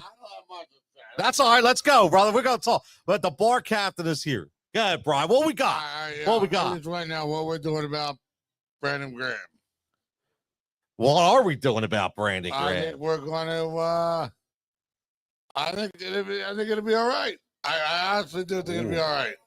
You think we're going to be all right? I think we'll be all right. I think someone's going to step it up. One of the rookies, one of the young guys. They're going to fill it too. Well, one thing's for sure. They're still going to get his leadership, right? So he'll be on the sideline. He'll be a guy pumping up the team, right? Right. So they'll get that. I mean, you heard him last night. Like he's acting like he's going to come back and be the leader of the team again. Yep. That's probably not going to happen. His heart was speaking. Let's all be, that's just. Yeah, his heart was speaking. Said, it's a beast. It's a beast. I feel it. We're hungry. Yeah, man. Absolutely. I mean, listen, this was supposed to be his swan song, right? He was supposed to be going out, like retiring. Nobody expected him to be with like the best defensive player on the team, on the defensive line. So I don't know. Listen, I do think we're going to be okay, but it's a big loss, man. It's a big loss. It's a huge, huge loss. Yep. I mean, but we step it up and I want to, and as far as the Sixers go, Yeah. where the hell you going? Oh, man, like this was supposed to be our year. Right? I mean, this is supposed to be our year, and we're already talking about giving up the season. I don't know, man. I'm not happy. I'm glad I didn't renew my tickets. 4-7, 7-4, 3-16. 3-16. Yeah, dude. Yeah, or 3-13, whatever the hell, 3-13, or 3-13. That's terrible. It's terrible, and we don't even know when our star players are going to play. I need to get paid $300 million to just like $145 million to sit out everyone. I got to throw it out there to Richie's down on County Line. Okay. I had a great ribeye steak there tonight. Ribeye. Great ribeye steak. How'd you have it cooked? Richie's. How'd you have it cooked? Rare. Rare. I like my steak rare. You eat like a freaking dog? Rare, man. Oh my God. Oh, rare. You didn't even say medium rare. So you just go buy a steak off the shelf and just start tearing it up. What the hell's going on here, man? Come on. No way. Rare. Oh, not even, you don't even sear it. It was unbelievable, dude. It was man. So good. I couldn't do it. And they closed at like, I don't know, 6, 7 o'clock. My buddy John took me down there. Oh, did you pay for it too? No, John paid for it. Oh, man. Look at that, man. You're living the life, man. I bought him a couple of shots. Shots of what? He told me don't embarrass him. Wait, shots of what? Couple shots. I had Tell him I do. Tito's. Little Tito's? Couple Tito's. Oh, okay. I usually drink Rumplemints. Rumplemints. Oh, they're going. Oh, wow. But yeah, man. I mean, he did. He said, don't embarrass him. He got in there. He didn't know nobody. I know everybody in the place. You know what? When you grow up around here in Bucks County, in Holland, and you live outside here, and a lot of you motherfuckers who already listen to me know who I am. Yeah. I'm Brian Graham. And I guarantee you, they know me. They want, people were asking for you earlier. They want to know where you were at. The bartender knew who I was. He's a bartender at Pike at High. Okay. I've been around. He's a bad. I worked my whole life outside. Landscaper.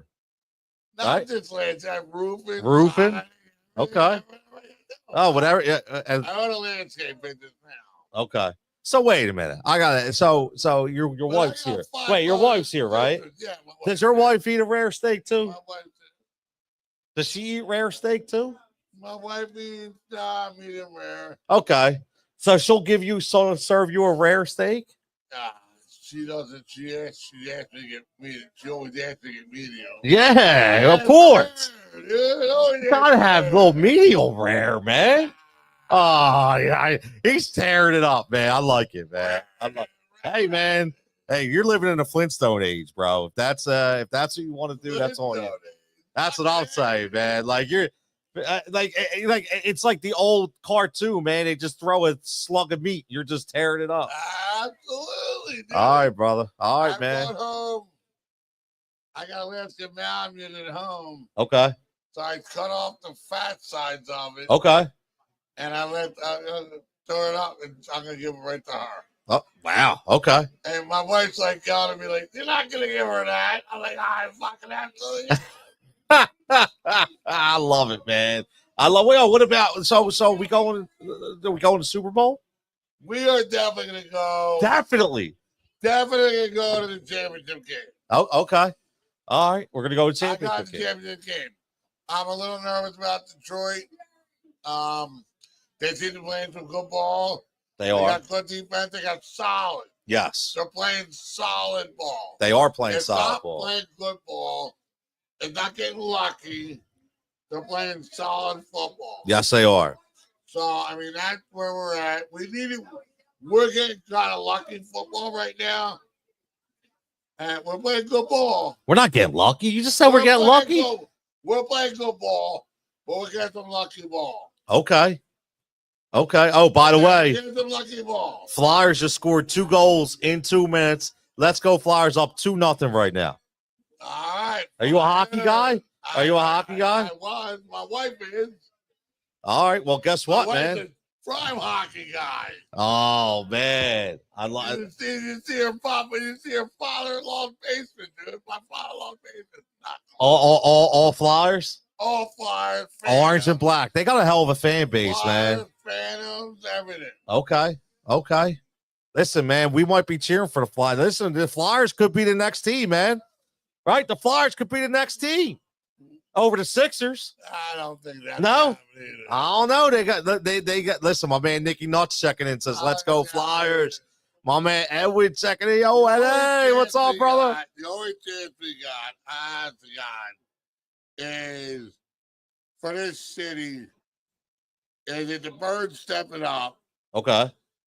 and we play good ball and we might make a run. And then we got to come back with the Phillies. Yeah, we got to come back with the We Phillies. got to come back with the Phillies, baby. Yes. I don't think I make much of a roster change. Don't fuck it around. Yep.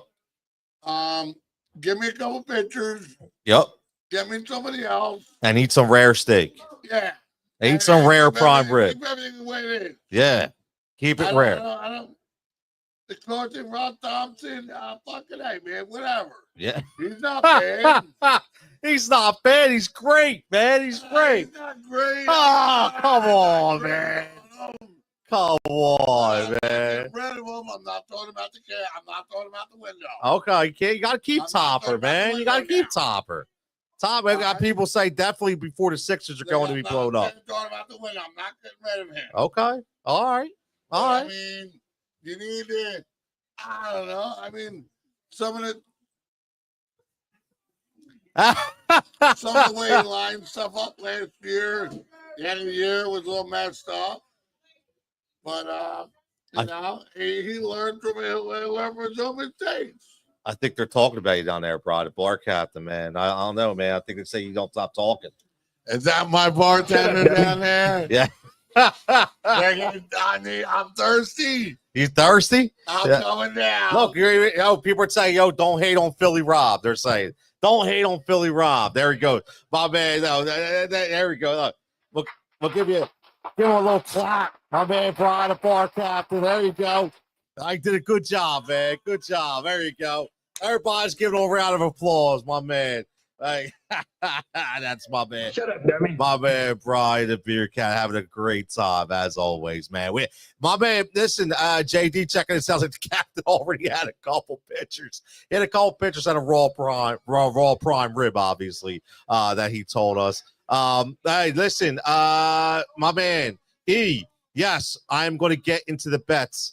Got my man Japan coming on in 5 minutes. We're going to take a 5-minute break and we'll come back with your live bets for tonight for Monday Night Football. We got a couple parlays. I have a big time parlay, bro. Like, I'm talking plus 1436 with the DK boost, and I'm going all in tonight. I'm going all in, man. Very highly attainable bet. So we're going to get into that. I'm going to bring my boy Japan in 5 minutes. He is one of the betting analysts right here for the Tony Cutillo show. I'm going to bring him in as well. We're going to talk what he's talking about for Monday Night Football. So we'll be back in 5 minutes with some bets for some Monday Night Football. And then at about 8:15, we'll go back and we'll talk some more when it comes to some Philadelphia Phillies. We'll be back in 5 minutes.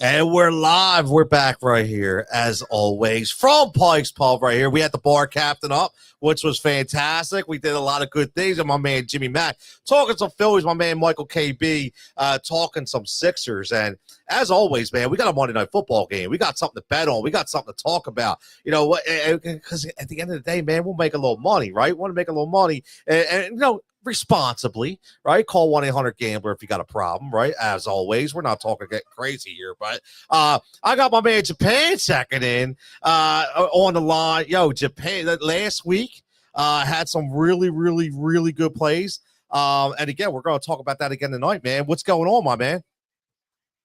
Not much, just here. Thank you again for having me on, Tony. And you guys can watch and go ahead and like that.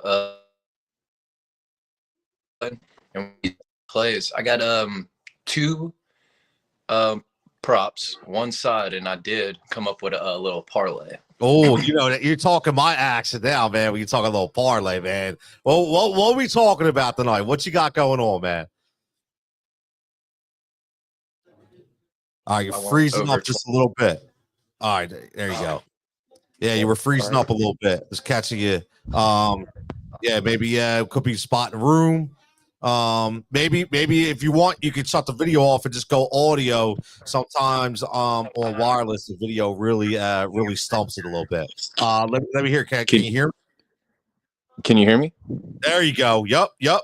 Let's do it that way. Sometimes that's the way we got to roll. It's all good, man. So let's talk about, man, what we got tonight for this Monday Night Football game. So I got Lamar Jackson over 29.5 pass attempts at -125, and he hit this long.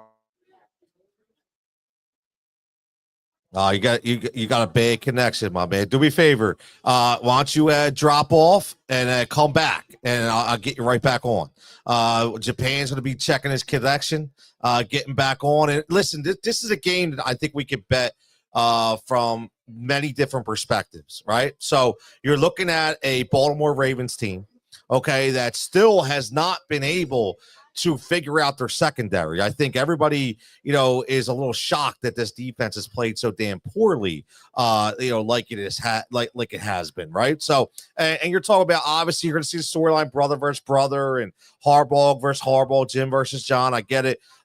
But the thing about the Chargers is, man, the Chargers defense has been absolutely fantastic. They've been limiting teams from the offensive side of the ball multiple different times and different games and different segues. And, you know, you have to look at this and think about, you know, what are they going to make the Ravens do? You know, are they going to make the Ravens run the ball more? Are they going to make Lamar run the ball a little more? Are they going to shut down Derrick Henry a little bit? And I don't mean shut him down, but I mean give him, you know, less opportunities to run the ball. Is a guy like Justice Hill going to be a guy that you can look at from a betting perspective? I know he's a guy that I'm going to look at because, again, his numbers are extremely low, man. So I like Justice Hill tonight. All right, we'll go back to Japan Online, and let's see if we get a better connection right here. Japan, can you hear me? Yeah, can you guys hear me? There you go. Yep, I got you, brother. Loud and clear. Loud and clear. All right, who are you going over yards from? Yeah, you cut out. So my first play, will start all the way over. It was Lamar Jackson over 29.5 pass attempts, -125. And then he's hit this in the last 3 to 5 road games. And then the Chargers allow 39.5 per attempts per game. All season. Cut out again. Lamar Jackson's going to throw the ball. And then prop on the other side of the ball will be Quentin Johnson over 50.5 receiving yards, -110. And I got that at FanDuel. And I just think with Ladd McConkey a little injured, I think Justin Herbert's going to go to him a little bit more. He's going to get the work, and I think he's going to be set up for success in this game. And then for my side, I did take the Ravens -2.5. Okay. That's where I just fell on that one. I just think they're going to come out. And, I mean, they've been up and down all season, but I like where their offense is at. The only thing that scares me is their defense. Justin Herbert can throw all over them. So if that happens, I understand, but that's where I will be on the side. And then the other parlay that I have. Yeah, let's cook up that parlay, man. What we got? So it's Lamar Jackson, 25 plus rushing yards, and Okay. then Lad McConkey, 50 plus receiving yards, and Okay. Mark Andrews, 3 receptions. Lad McConkey is the Ooh. only one that I'm worried about on that one, and I got that at plus 213 on Ooh, FanDuel. I kind of like that. Only a 3-legger too, man. I like that Yeah, because that nothing. those numbers are 25 rushing yards is nothing Yeah, for Lamar.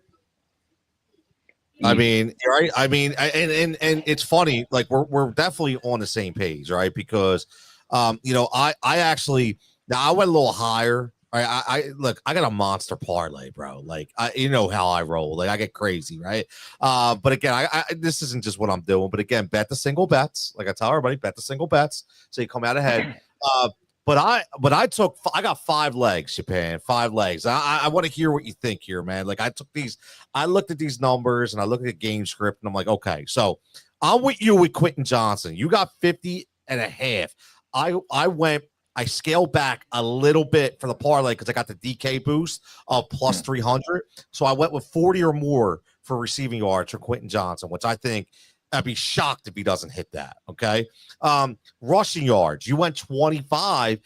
I went 40 or more with Lamar because I think they're going to bust him out of the pocket a lot tonight and try to make him, they're going to spy him a little bit. They're going to try to make him run more because people think he's been running a lot. He's actually run less this year than he did last year, right? So people forget about that. So I think tonight he runs a little more. And then from a receiving end, I like 2 small plays from the Ravens. Isaiah Likely over 2.5 receptions. Now, one thing about him is I actually took him for the anytime touchdown as well, because they still look at him in the red zone, man.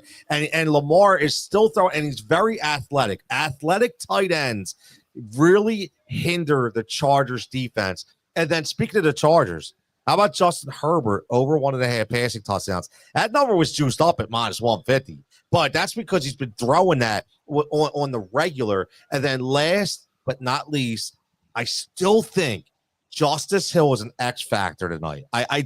You got to get different. When you want to play a good defense, you got to get different. And his receiving prop is over 18.5. So I took it. So I'm going all 5 of it. That's plus 1463 with a plus 400. What do you think about that? I love it. I'd really do like Isaiah Likely on that one. They're playing him more out of the slot and more than a tight end. So I love that one for him to get the receptions. And then Justice Hill, he's been when Lamar dumps it over to him, man, he dumps and dives, man. I like that parlay. I don't see anything going wrong. And then Justin Herbert throwing it 2 touchdowns. Ravens, did they have a secondary? Their secondary hasn't showed up all season. So if they really want to tighten up and do want to win a Super Bowl, like that's the tension in the Ravens, they got to do something with that secondary, and they got to shine. They got to get some picks, some stops. But everyone I've seen, everyone I watched, to dice them up. So that's the only thing that worried me about the Ravens is their secondary. Yep. Yeah, listen, and the funny thing is, this is a team that defensively has always been stout, has always been solid, and this year they just fall apart. Now, man E checking in says, don't forget Gus Edwards and JK are both facing the Ravens. Both were Ravens. Yeah, revenge game, right? 100%. But here's the thing. But look, yeah, right. But go ahead. What do you got? You think the Ravens are going to let those 2 score? Yeah, that's the 2 people they're not letting score tonight. I understand the revenge angle 100%, but on the other end, on that defense, that's the 2 people they're not going to let score. Like 2 people that they were teammates with, that they're not going to let them do a celebration or anything like that at all. If they can stop it, they will. I do like the angle, but that's the only thing that's in the back of my mind. They're like, no, they're not. Those are the 2 people we cannot let score on us. Listen, man, I agree, man. I will say this, man. I talked about, I mentioned him earlier, but just to give J.K. Dobbins some respect, man. Like, here's a guy who can, with the knee injuries and who would have thought like he would, like, it's a shame, but you're like a player like that. Sometimes you just think about it. You're like, man, I'm just waiting for him to go down. I don't want him to go down, but you're just like thinking, like, when is it time? And he's really, he has shut that narrative out, and he has played extremely well, man. And I think they're managing him extremely well too. And I think we all knew that this was going to be a smash mouth football team. So, the interesting thing is going to be the Ravens have actually been pretty good against the run. It's obviously the pass that they've had issues with. So that's what I'm saying tonight. Like, you got the Mark Andrews, you got Isaiah Likely. I think it's going to be a little bit of a different scenario when it comes to game script. So I'm excited. I really am, because, there's going to be a lot of opportunity to score points in this game. A lot of opportunities. And J.K. Dobbins, I mean, if you picked him up in fantasy, I wish I had. And he was a huge sleeper for me. I didn't think about picking him up. I thought it was just one game he went off, and then it was back to back weeks. And he's been a great pickup in fantasy. So whoever's got him, that's a good steal. And I mean, I'm so ready for fantasy. Got playoffs coming up. Speaking of steals, what about the man, the myth, the legend from Denver? Cortland Sutton, man. Like if you drafted Cortland Sutton, and again, I did. I'm put my hand up because I listen. All you had to do was see how he finished. See, you knew, right? How did he finish last year, right? You knew, and coming off an ACL. 100%. I had him on my team last year, so it's like I don't see why these people are not talking about him. So I had him on my team last year. Yep. He was 100%.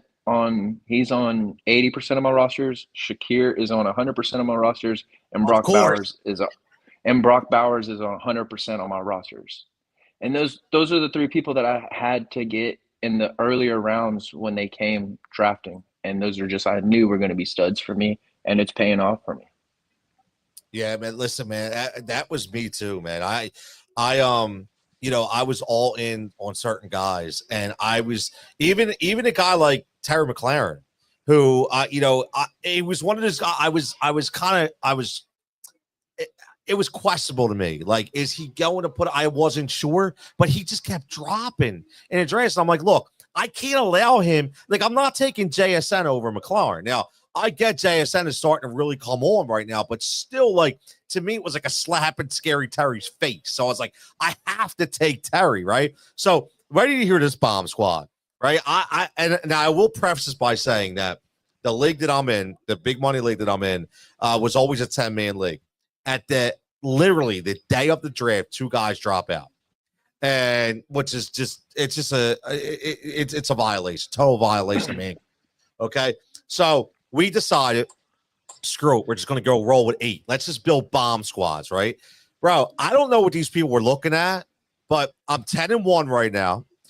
And I'm looking, and my team, everybody goes, I'm like, yeah, but I drafted with 7 other guys that had these opportunities, right? So I drafted CJ Stroud. I don't draft backup quarterback. So I wound up picking up Justin Herbert waivers. So now I've been starting Herbert. Okay. So my top 2, I start 3 running backs every week because it's a flat. Wait till you hear this: Saquon, Derrick Henry, and Devon A-Chain. So they're my 3 guys. I have DeAndre Swift on the bench. I have Chase, who's the guy from Cincinnati. Why am I not thinking of his name? Chase Brown on the bench. Okay. My receivers are George Pickens, Terry McLaurin. I have Malik Neighbors, who I'm not even starting right now. I had Jaden Waddle. I actually dropped him. Brock Bowers is my tight end. Dude, it's insane. And every time I turn around, it's like I lost one game because all of a sudden everybody just didn't show up. But I'm looking at I had Puka Nacua, right? So I look at the squad and I'm like, it's insane. So I'm riding a high right now in fantasy, bro. I gotta tell you. I'm in 4 different leagues, and it's funny that you bring that up. One of my leagues is an actual 8-team league, and we made bomb squads, and it's just like yours. And I'm 8-2 in the league, I think, and all my leagues besides one that I've done, I'm all 9-2, 8-2, or something like that. I'm on top of Nice. I love fantasy, man. I love love it right now. And I love it. One of my leagues that one that I've got in this. Have you ever done one with defensive players? Yes, I love IDPs. I'm a huge IDP guy. Have you ever done a league with defensive players? Yep. Love it. So this is, man, first. That's how I first got into fantasy. I was an IDP analyst, and I really, because I love the IDP. So I would always analyze the draft projections for individual defensive players, like taking guys on a bad team. They're going to be on the field a lot, making a lot of tackles. Take the, safety on a team that's going to be on a bad team. You know what I mean? Like always taking somebody like that. And I remember being like, dude, who is that guy? If you never heard of the guy, that means I got the right damn pick. 100%. And it was my first year doing it. So it was like after the 4th round is when I started picking up defensive players, and everyone else was still on the offense. So that's when I started grabbing good defensive players on the 4th round, and then I just kept switching up defense. You need that to be steady. You set it and forget. Love it. It was great. Yeah, you want to set it and forget it, man. Absolutely. But listen, Japan, I'll let you roll. We got a couple minutes before the game. We got a birthday party going on here at Pike's Pub. But before I let you go, man, as always, happy Thanksgiving to you, the family, the new addition to the family, okay, that I know is getting bigger and bigger every day, and I appreciate you hopping on me every week. We'll continue to keep this going, dropping those bets, man, and good luck tonight, brother. I really appreciate it. Yeah, appreciate you having me on. Happy Thanksgiving to you and your family, and happy Thanksgiving to everyone watching. Thank you for watching. Hit the like and subscribe button for us, and we're going to keep giving you guys this bet. Y'all keep watching. We appreciate it. Yeah, baby. Let's hit some green, brother. Let's hit some green. That's what I'm talking about. My man, Japan. Make sure you give him a follow at Japan, JPAN_5 on X. Okay, again, man, dropping some bets. The Unscripted Sports Show checks it, says, I like Lamar anytime touchdown as a sneaky play. Hasn't scored a rush touchdown since I think week 3 or 4. I actually looked at that, I like that play too. I actually have a combo bet tonight that I put in, and I'm going to throw this up. Let me share my screen and make this easy. And then, we got a birthday going on here. So we get the birthday girl up here real soon. Talk a little bit and see what's going on. But we got the 5-pick parlay as you see right here.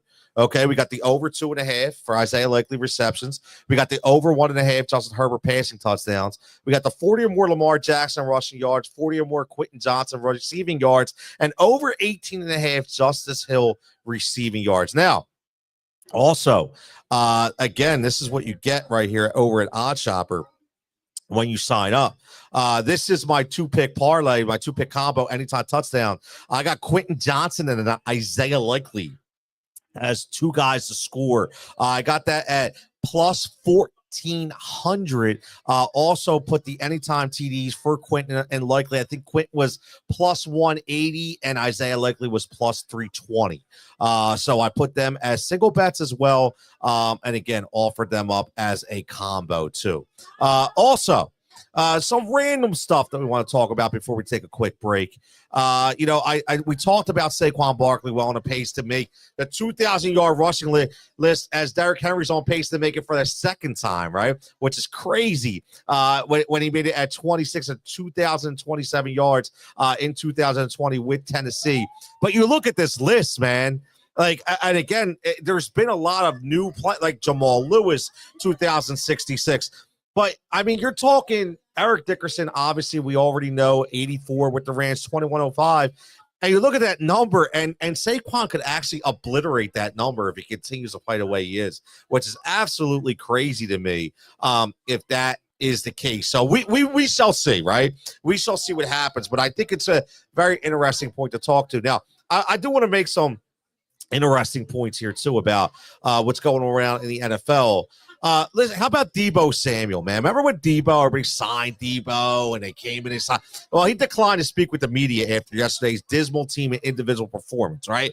And my man Chase Sr. on Twitter writes, that's not what a team captain does. That's how a fraud and front runner acts, right? And I think that's true. Right. And that's why I think that we talked about guys like Brandon Graham. We talked about guys like Taylor Hurts. We've talked to guys like Saquon Barkley. How lucky we are to have guys like that on the squad. Remember, everybody was dogging A.J. Brown, right? Everybody, well, we could be dealing with what's going on in San Francisco land right now, right? So remember, they were supposed to be the best, right? They were supposed to be the best.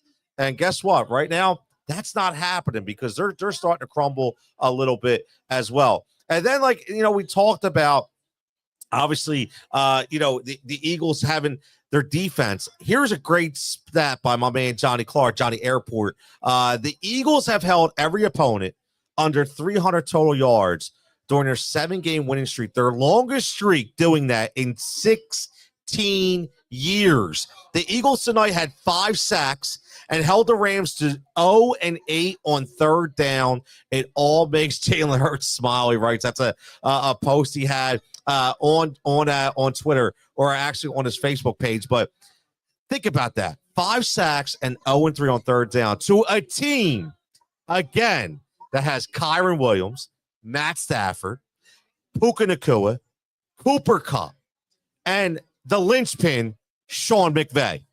Remember, I talked about last night, it was going to be a chess match. It was going to be Sean McVay versus Vic Fangio. We talked about that, right?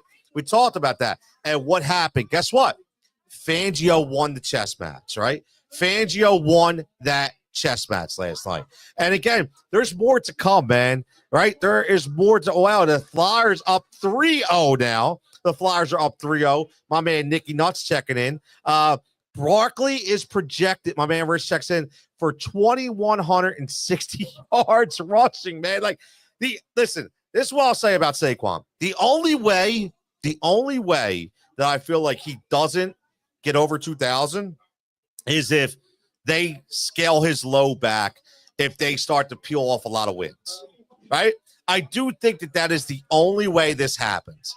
They peel off a lot of wins, okay, and they kind of lighten his load a little bit. And I think, and honestly, the way Saquon is, the kind of player is, he's probably going to be okay with that, which is crazy. I wouldn't be okay with that, right? I get it, want to be a team player, but damn, I want the damn record too, man. Like, at the end of the day, I want the damn record too. So we shall see what has happened. My man Rich says, yeah, defense is playing lights out. Debo is a bad teammate for punching his kicker and not addressing the media. Listen, think about that team, right? Brandon Ayuk throwing a little hissy fit in training camp about not having the proper shorts on and throwing his short. Like, it's ridiculous, right? You think about it. This is what happens when you get these coddled and privileged athletes and you just keep giving them more and more money and they're bad teammates, right? That's the thing. Look what happened to Malik Neighbors yesterday, right? Did you see that press conference interview? Like, he doesn't give a shit what's going on with that team. He's all about Malik, man. He's all about making it rain. That's all he wants to do. That's what Malik does. And you heard what he said. Right? You heard what he said. I don't know. Ask Deba, ask Dabs, right? I mean, come on, man. Like, you see what's going on with this team. You're supposed to be one of these young guys that are going to be able to take this team to the next level. And if you're already acting like that, I mean, listen, if you want to beat T.O., at least give me the damn offense. Okay, give me the damn game first, and then you can beat T.O. a little bit. But you can't start playing that off right now as a rook, man. I'm sorry. It just ain't happening. Rich says, Barkley is the consummate professional. He had a chance earlier this year to break his personal record for rushing. He said to the coach, let the young guys eat. Exactly, right? Let the young guys eat. And that's what he said. Let the young guys eat. Like Brian says, let them eat raw prime rib. But, yeah, let the young guys eat. That's what he said. So, and I think that's what we'll continue to do, Rich. Honestly, I do. I think that's what he'll continue to do when it comes to the Philadelphia Eagles, man. Again, we are live right here for the Tony Cutillo Show right here at Pike's Pub. We got a big birthday going on down here at the end of the bar. We'll see how old the birthday girl is. How old? 22. Oh, I love it. Happy birthday. Happy birthday. Look, 22, man. What I would love to be 22 again. My God. My God. You know what I mean? Who would love to be 22 again? right? Like, we're all just going to live our lives through you tonight. How's that? We're all going to live our lives through you tonight, man. 22, happy birthday. Amazing right here. 455 2nd Street Pike, down here at Pike's Pub, talking all things. Listen, we got a Monday Night Football game starting in about 4 minutes. We're going to take a 5-minute break. We're going to come back. Maybe we'll talk a little more Phillies, a little more Sixers, a little more Eagles, a little more. Let's break down the week of NFL action, the week that was, and then what we're coming up ahead for too when we talk about Thanksgiving, and obviously giving thanks to listen, everybody knows what we're giving thanks for, right? But I want to know, like, giving thanks for the world of sports right now. Like, what's the one moment you gave thanks for? Obviously everyone's on Super Bowl, right? No politics tonight. I ain't talking politics. My man Rich says that's 30 years ago, bro. I hear you, man.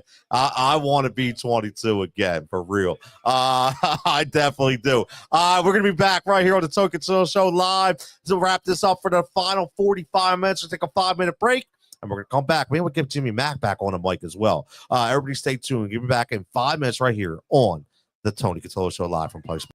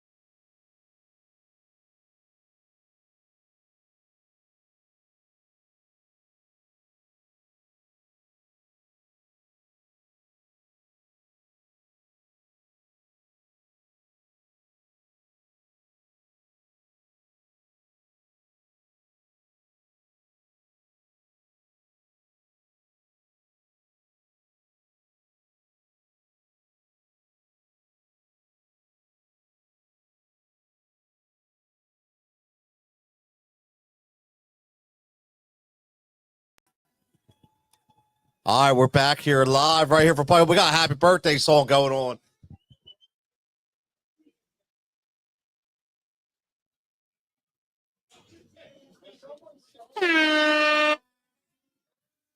Oh, here it is. Happy birthday to you.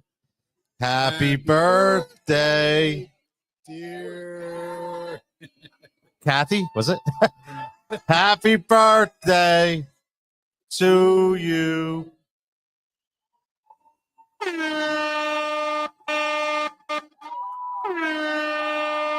Man, listen, man. He's all about Thanksgiving. We got birthdays going on right here live from Pike's Ball. Welcome back to the Tony Cutillo Show. Right here, got my man Jimmy Mack right next to me coming back.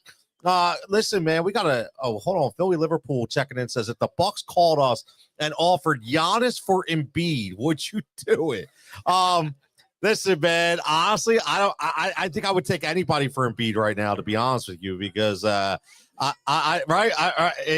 thank you for the big kahuna. Yes. Yeah, yes, absolutely. Thank you. Absolutely. Oh, I'll be here. Trust me. You can tell I can eat, so I'll be good.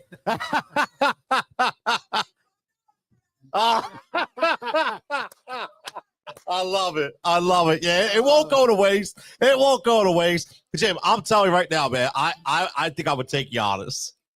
All right? I mean, is there, like, what's going on? Worse deals, right? Oh, my God. Yeah, if they say, oh, we're going to give you like 4 protected first-round picks, it's like, okay, they all might be a bunch of crap. Yeah. So, yes, I'd take a chance with another superstar, sure. I think you have to, man. Yeah. It's such a shame, man. Like, I know we were talking about it earlier, and we're talking about a bunch of things, but it's just crazy. Let's get on a better note, man. You just talked about, you saw a rumor, going on. That's the best part about social media when you use it the right way.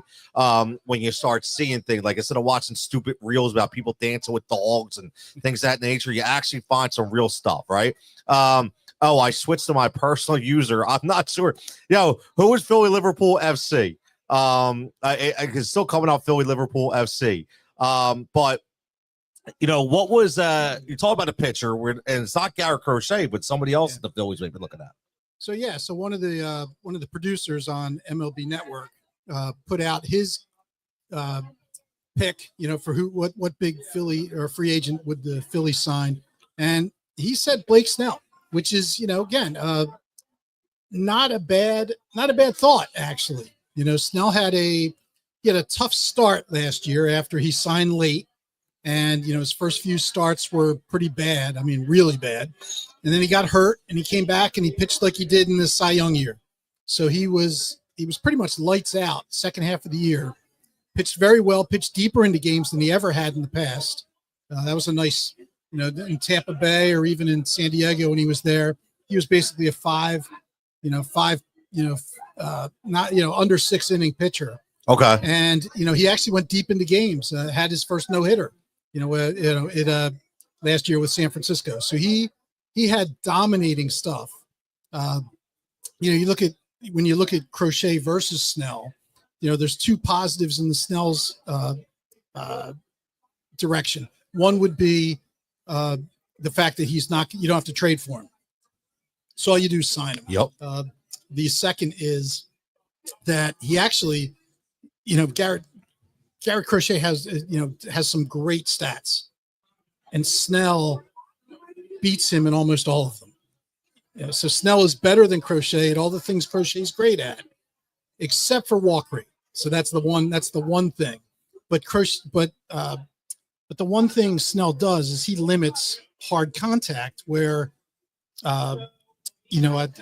where Crochet really doesn't. So like his barrel rate for Snell is 5.7%. That's the 82nd percentile. And for Crochet, it's 9.2%, which is only the 21st percentile. So while Crochet gets a lot of swings and misses, when people connect, they connect pretty hard, compared to the average pitcher. So that's not good for Citizens Bank Park. Exactly. Yeah. Exactly. That would be better in one of the larger parks. Yep. Chicago's, not a bandbox. So he's probably benefited a little bit from pitching there half his games. But yep. But Snell limits hard contact. His trying to think one other thing. Exit velo. So his average exit velo is only 86 miles an hour, which is the 92nd percentile in the league. Okay. So, when again, Snell still has a great strikeout rate. It's just under Crochet's like K rate. But, he limits the hard contact when he does get hit. And, the fact that you don't have to trade potentially 2 positions to get him. And that doesn't mean Bohm doesn't, stays now. He still probably gets traded based on all the rumors. But, maybe now you trade him for something else. If you miss out on the Soto sweepstakes, then, maybe now Bohm gets traded for a left fielder. And, you take, maybe Bregman does become a signing, as he's jumping up in the odds. So, yep. What it would do is open up the options for the Phillies, going big this time. route. Yeah. Big time. Because basically if they do the trade for Crochet, I don't know that they really have many more chips to trade. No. That's they're not trading Miller and they're not trading Painter out of the minor league system. So, you don't have very many options. And I was listening to a general manager talk today in an interview, and he said basically is that the league, there's not too many teams tanking it, so to speak. Yep. This year. So most teams that are looking to trade are looking for major league ready players or players already in the league. So, with the Phillies, they only have 3 of those guys. 2 of them are untouchable. The third is Crawford. So if they trade Crawford for Crochet, well, guess what? That's about it. There's not much else there other than Ranger. And, 1 year from free agency after really a Jekyll and Hyde season. Crazy. Where he was a world beater and then, yep. He was almost Taiwan Walker in the second half. Crazy, man. I still can't get over that. I really don't. Now, JD checking in says, how much money for Snell? Now, I'm guessing like 2-3 year deal probably, right? Yeah, I'm thinking probably it's a 3-year deal. He next year will be his age 32 season. So 32, 33, 34. I think you could be comfortable giving him that. My guess is it's going to be somewhere between Nola and Wheeler money. So you might be talking 3 years, 100 million, wow. 33 million a year. That's probably market value. I mean, he turned down, I think it was a $27 million option. So he's not looking for less. Right. Right. So, could you give him a little bit more for 3 years and he'd be happy with that? Probably. Yeah. And I believe Snell and Harper were on the like high school all-star circuit together. So I think they know each other. Oh yeah. I think really? that happened. Remember when Snell hit him with a pitch and broke his hand? Yeah, that's right. And at first, Harper reacted, and then at the end, he's like, waves his hand. He's like, "We're good." Yeah. These guys have a history. Interesting. So JD says not trading Crawford or Bohm because who plays third? Edmundo Sosa. We talked about this, right? And it's true. I mean, now Eric Jackson says thoughts on Anthony Santander from the Orioles, who was a free agent and a switch hitter.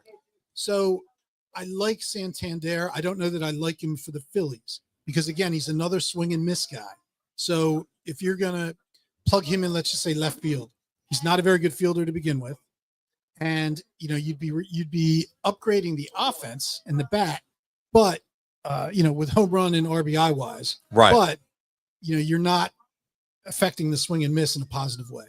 So I'm not going to say I don't like him, but we can't, to the point we made right before, with the end of the last segment, yep. We can't keep signing guys at, $25 million a year. Exactly. At every position. So I would, again, I like Santander. I think whoever signs him is going to like him. But I don't think he's a great fit for Philly unless we're doing some major roster overhaul. And I just don't see that happening. Yeah, I don't see it happening either. This is an interesting point. Okay. My man Mike says, okay, found you in the 2. Let's go. Yeah. Listen, Mike, it's hard until I start establishing this, right? So, which is cool. I'll listen. The way this is going, we're going to trump that algorithm real fast.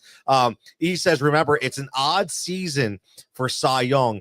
He said Snell won in 21 and 23. So I guess he's trying to say it's a trifecta, right? In 2025. Wouldn't that be crazy? It would be Wow. very crazy, but hey, it worked for the San Francisco Giants, right? They won the World Series on I think it was odd years back then too. It might have been even years, but it was like every other year 3 times. Yep. So Now he says sign Snell, trade for Kyle Tucker. So again, I wouldn't hate trading for Kyle Tucker. It's just going to take a lot. Yeah. And I don't know that the Phillies have what it takes, versus another team that might offer more. And then you've got the risk because you have to sign him. If you're going to trade that haul, you have to sign him. I've not heard anything from Tucker about his willingness to sign long-term prior to free agency. Here's what I'm thinking. The more we talk about this and the more we talk about, I'm to the point where let's just sign guys, just spend the money, man. Let's not make these trades, man. I don't want to do that because I'm very concerned that we're going to go down the road that the Phillies did in 2010, 2011, 2012 to where, listen, it just never happened. And, I want to continue to be competitive year in and year out. And I think, looking at who was the guy from the Mets, the third baseman that came up? Oh, Vientos. Right. You get guys like Vientos that comes up and listen, is essentially the second half MVP for them, right? Yeah. The young guy, homegrown, man. Let's get back to that. And me personally, I don't want to trade for anybody right now. I don't want to give up the prospects. And that's odds for me saying that. I'll sign Blake Snell. And like I said to you at the bar, let me see what Max Scherzer wants too. Maybe I can get Max Scherzer on a 2-year deal. Okay. And let's just have the 4 or 5 aces again. Why not? But we're not giving up any of our young talent. That's why. So, listen, that's kind of where I'm at. I don't know where everybody else is at. A lot of people want to trade. I don't know, man. I think we're in a really good spot right now. And I think that, we're like you just said, Jim, how many more assets are we going to have if we do an all chip kind of deal, right? We're not really going to have much. So I kind of would stay put, man. I really would. And, we need those young guys who are cheap. Yep. To offset all the high price guys. 100%. And you also need it as Harper ages, as Turner ages. Yep. Those guys are locked in. We're going to have them, for I think Harper, another 5 years, 6 years, and Turner another 9. Yep. Yep. We're going to need young blood to offset both the financial impact as well as just bring in that youth and athleticism that we're going to lose as Harper and Turner age. Exactly. That is baseball, man. That's exact. JD says that's why you keep Bohm and Stott. Yeah, listen, I'm going to be honest with you, JD. I said this to Jimmy. I continue to say I don't know why everybody's just giving up on Bohm so quickly.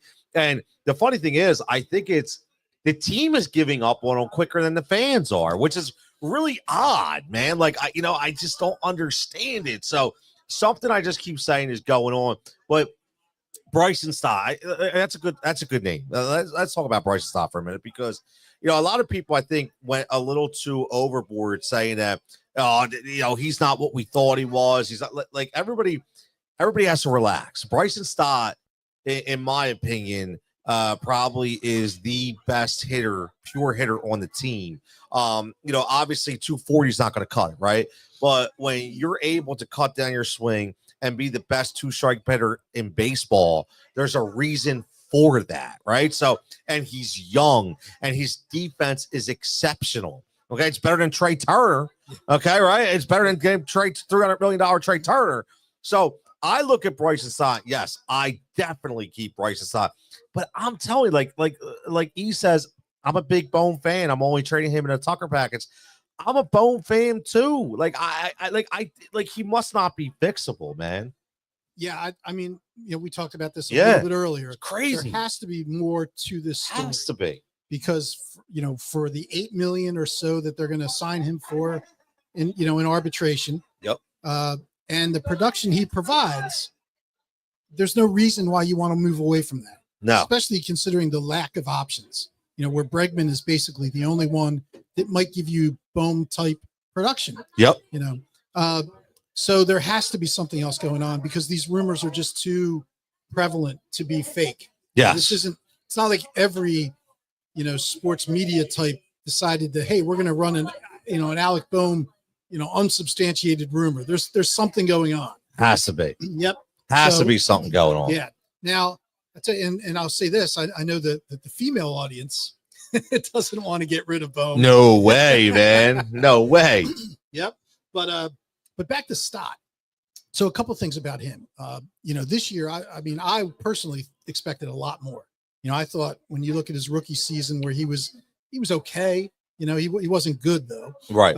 And then he followed it up with a really strong second season. And postseason. Yes. Like, exactly. yeah, remember, Yeah. like that's kind of where he made his name. That's right. Grand slam, right? Yep. So Still feel those goosebumps. that's right. Damn. So so I wanted to dig into what happened. What he said, in his rookie year, he was overmatched by high velocity. Yeah. So he worked in the offseason to really try to address that. And it worked season 2. Now, season 3, I was like, all right, I want to look and see, what it is. What are the underlying numbers? We know what the home runs, the RBI, the average are. But, when you look at his barrel rate, 3.6%, 10th percentile in the league. Wow. You look at his exit velo, 87 miles an hour, 14% in the league. His hard hit rate, 30.8, 10th in the league. His bat speed, 68.2, 7th percentile in the league. Yeah. So I don't know if, again, I know they're, the daycare guys are, they're having their own kids. Yep. Some of them. Yep. And that's a point. I don't know if in his off season he was a little busier this year preparing for, the little bundle of joy. Yes. But whatever work he did in year 2 to improve against high velo, it looks like that's where he regressed the most. Now, the good news is that he's already shown he can, if he addresses it, he can handle it. Yeah. So, I'm sure he's analyzed, his season more than anyone else has. And I'm sure he's going to work on that to try to, improve on the areas where he was deficient last year. Again, way too early to give up on a guy like this.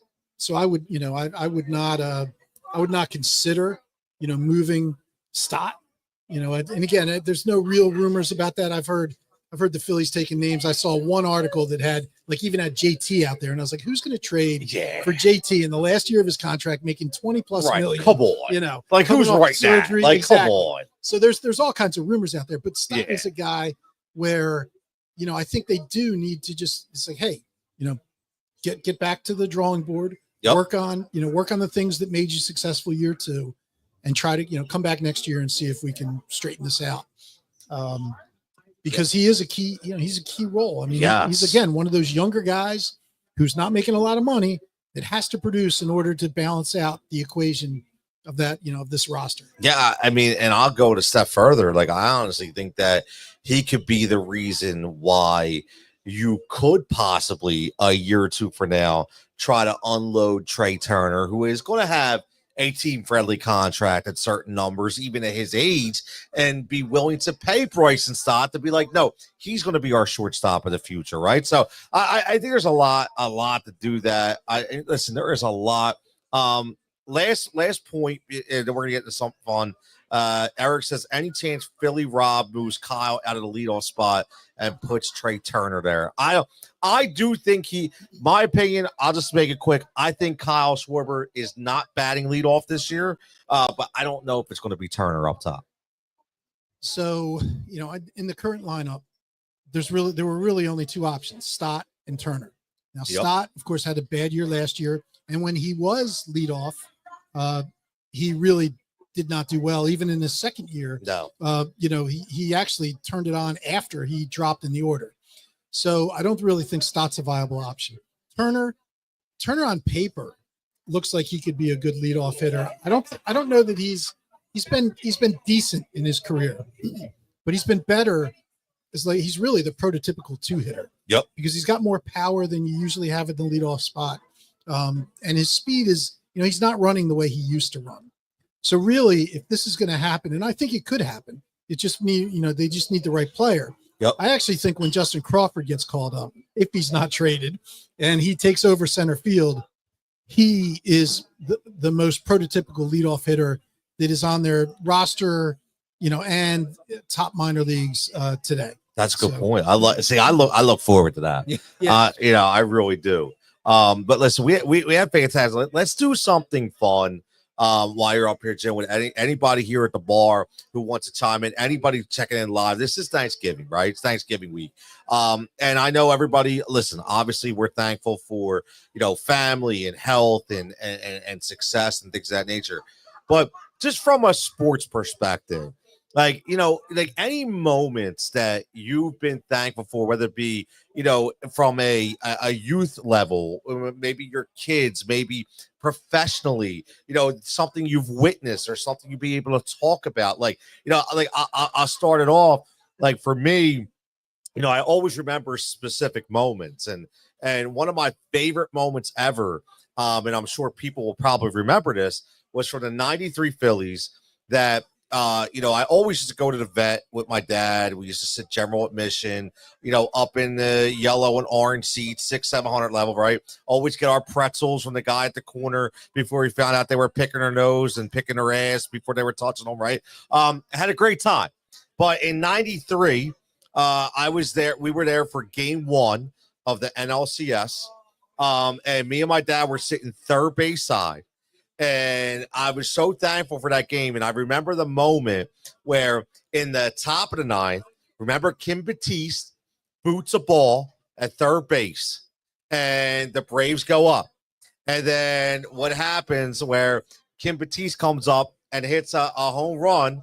I think it actually was off the bat. It was off of Anthony Young at that time, and won the game. And, I was able to witness that pandemonium and the goosebumps and just me and my dad having a great father-son moment in the vet, right? In Veteran Stadium. So I'm definitely thankful for that moment. Jim, you got a thankful moment for sports? All right. Put me on the spot. Yeah, brother. Could be a lot, right? Yeah. No, I think, favorite Philly, going on your vein, probably the, I've only been to 2 World Series games in my life. So okay. The first one was a kid, 1980. Got to see game 1, Bob Walk, first rookie. Wow. Bob Walk. Yep. Bob Walk. So he beat Kansas City. Okay. First rookie to, I believe it was first rookie to start a game. Definitely first rookie to win a game. Okay. In the World Series at that point. And then the second was also the Phillies should just invite me to World Series games because the second was Cliff Lee in 2009 Game 5. Wow. Where he took it back to New York, where unfortunately we did not win to bring it back to Philly. But again, another fantastic pitching performance.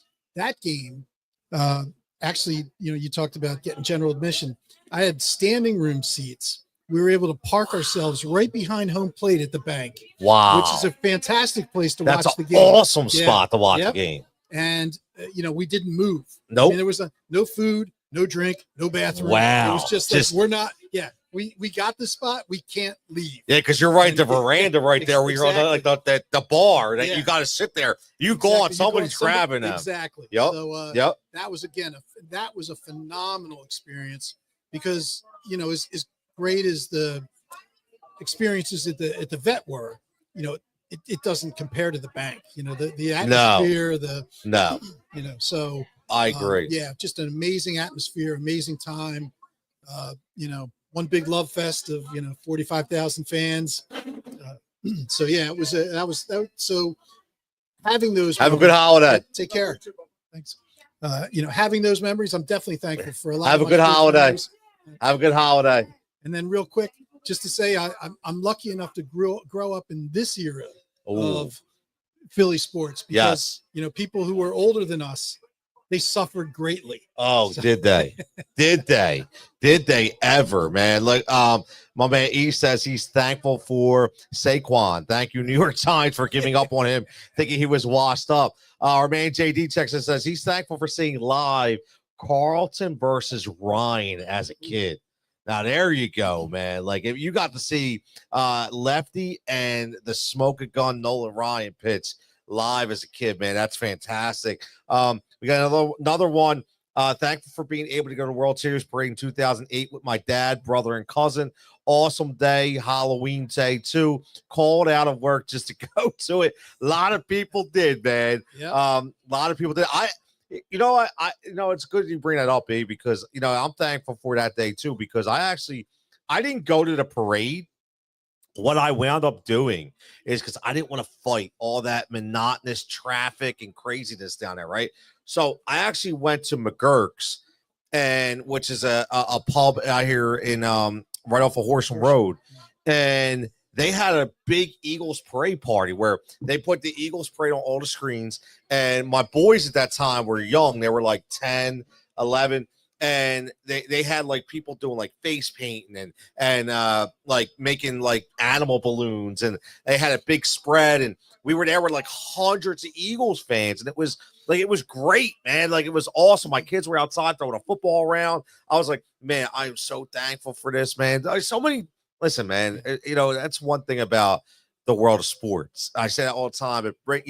Screw all the politics, screw all that shit. Like, at the end of the day, sports brings people together. It really does. It doesn't matter what nationality you are, what background you are, ethnicity, doesn't matter, gender. It doesn't matter, man. If you're cheering for a team, you're cheering for a team. And listen, I'm just thankful to be able to talk about it, man. I really am. Me too. It's great. We're definitely lucky to be able to do this. By the way, though, to tag, I've got a great 2008 story. Nice. So 2008, the Phillies clinch, the World Series. Yep. I'm on a business trip. I'm in Denver. Okay. Now, one of my colleagues, great guy. So I'm not mad at him to this day, although I should probably be. But he's an Orthodox Jew. Okay. So he has to eat kosher. So we were trying to find a kosher restaurant in the Denver suburbs. Oh my God. And ultimately just had to eat at a pizza place because funny, but pizza is kosher. Is it really? Yeah. Oh, I didn't know that. Yeah. So, shit. Okay. So that's where we ended up eating. But while we were driving around trying to find a place is when the Phillies clinched. So you missed the actual live action. I did not get to watch it. I was in the back seat of the car and my phone just started blowing up. So I knew what happened. Oh my God. But I did not get to see it. Oh my God, that would be see, I think that's a violation, man. That's a violation. Listen, I've never let him forget it, but I do not hold it against him. Oh, now this is going to make us go back right here. This is a great way. Last couple minutes of the show here. JD checks in and says, I'm thankful for my dad surprising me with wrestling tickets at the Spectrum in 1980 to go see Hulk Hogan versus Bob Backlund, Ivan Putski, and Tito Santana versus the Wild Samoans, man. Like, wow. Now you're going back, brother. Like, now you're going back. And I will listen, man. I'm glad you brought that up because I want up you too with this, because I will be thankful for, growing up, the best man at my wedding, one of my best friends, Billy, his brother Ray, which was about 10 years older than us. He would always get tickets to wrestling down at the Spectrum and also the Civic Center, because I was a big NWA fan. I was a big Dusty Rhodes, Ric Flair, Road Warriors kind of fan, NWA. So he actually bought tickets for us to go to, I think it was like Starrcade, wherever it was, but it was a steel cage match. And it was Dusty Rhodes versus Ric Flair. And Dusty won the world title. And it was like one of my biggest memories ever, man. Like, and I'll throw one more to wrestling. So, shout out to my man. He's not on social media anymore. But my man Dave used to be an usher at the Wells Fargo Center. So I'm talking, gotta be 15 years ago. He got me in to the Royal Rumble when it was here, right? Wow. Got me backstage. So he gets me backstage. And he was the guy in charge of parking the cars for all the superstars. So he's like, just stand here with me, man. And he actually gave me like an event staff thing. Like, I worked there. So I'm like, all right. So we're sitting there, dude. The biggest asshole, right, was Vince McMahon. Like, so Vince McMahon came walking through. He parks the car. He just throws the keys in my buddy's face and just tells it, yo, buddy, just go park it. And don't mess the car up, like, and just walks by. I'm like, dude, are you serious? Like, right? the nicest guy was actually Triple H. So Triple H and Shawn Michaels and Ric Flair sat with us and just told wrestling stories like backstage before the show. I like, I'll always forever be thankful. Like, I couldn't believe it. I was like, am I literally sitting here? Like, listen, like, it was fantastic, man. Eric says, I'm thankful for being able to go to WrestleMania with my brother this past April. That's great. Richie says, went with my dad in the 80s, WWF backstage, met Andre the Giant, Hogan, and the Wild Samoans. Man, I can imagine what Andre the Giant looked like backstage. He says, my dad's doctor actually was a doctor back then that used to do their physicals when it was considered a sport. See, that's the crazy part, man. Like, listen, and that's what I'll say as we close this out, man. And you know, that's why you know, I always say, man, just be thankful for the ability that you have to do what you love, right? Whether you monetize it, whether you don't monetize it, you know, creating relationships, whatever it is. You know, that's why I try to continue to keep a good track record with people and good relationships. I will say that, you know, I said this to everybody. I am the nicest guy that you know, but if you screw me over once, I don't give you 3 strikes. One time and you're out, and I never look back. So, and there's a couple people on that list, but not too many dead to me list, but that's okay. But Jim, as always, man, I appreciate it for you know, for hanging out like you always do. Dropping some big Phillies knowledge. Do you think, you know, one final question, man, do you think that maybe this this Juan Soto thing is a smoke screen? Like, do you think there's, like, to try to get more money? Like, you think something like that could be going on? Listen, you know, I mean, Scott Boras is running the show, right? And so I think anything is possible.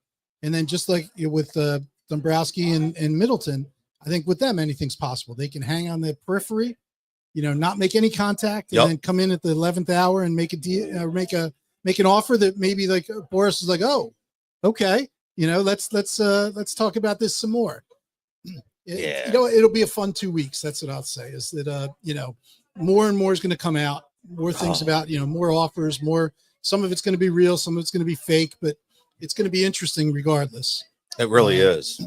And, you know, again, I'm looking forward to 2 weeks winter meetings. Ooh. That should be, I think that's going to be a lot of movement, man. It's going to be a lot of that. That's when you're hitting the refresh button. Like, remember that? I'm sure you followed it. What was that site I used to follow? MLBTradeRumors.com. Yes, I'd be sitting there on refresh. Like, what's going on? What's going on? What's going on? Right. Yep. E says, don't forget, we were not favorites to get Harper at the first in the beginning as well. Exactly. You're absolutely right. You would also remember, that's because we had a bonehead as a GM, and it took our owner to step in, right? To step in, and that's not going to be the case this year, man.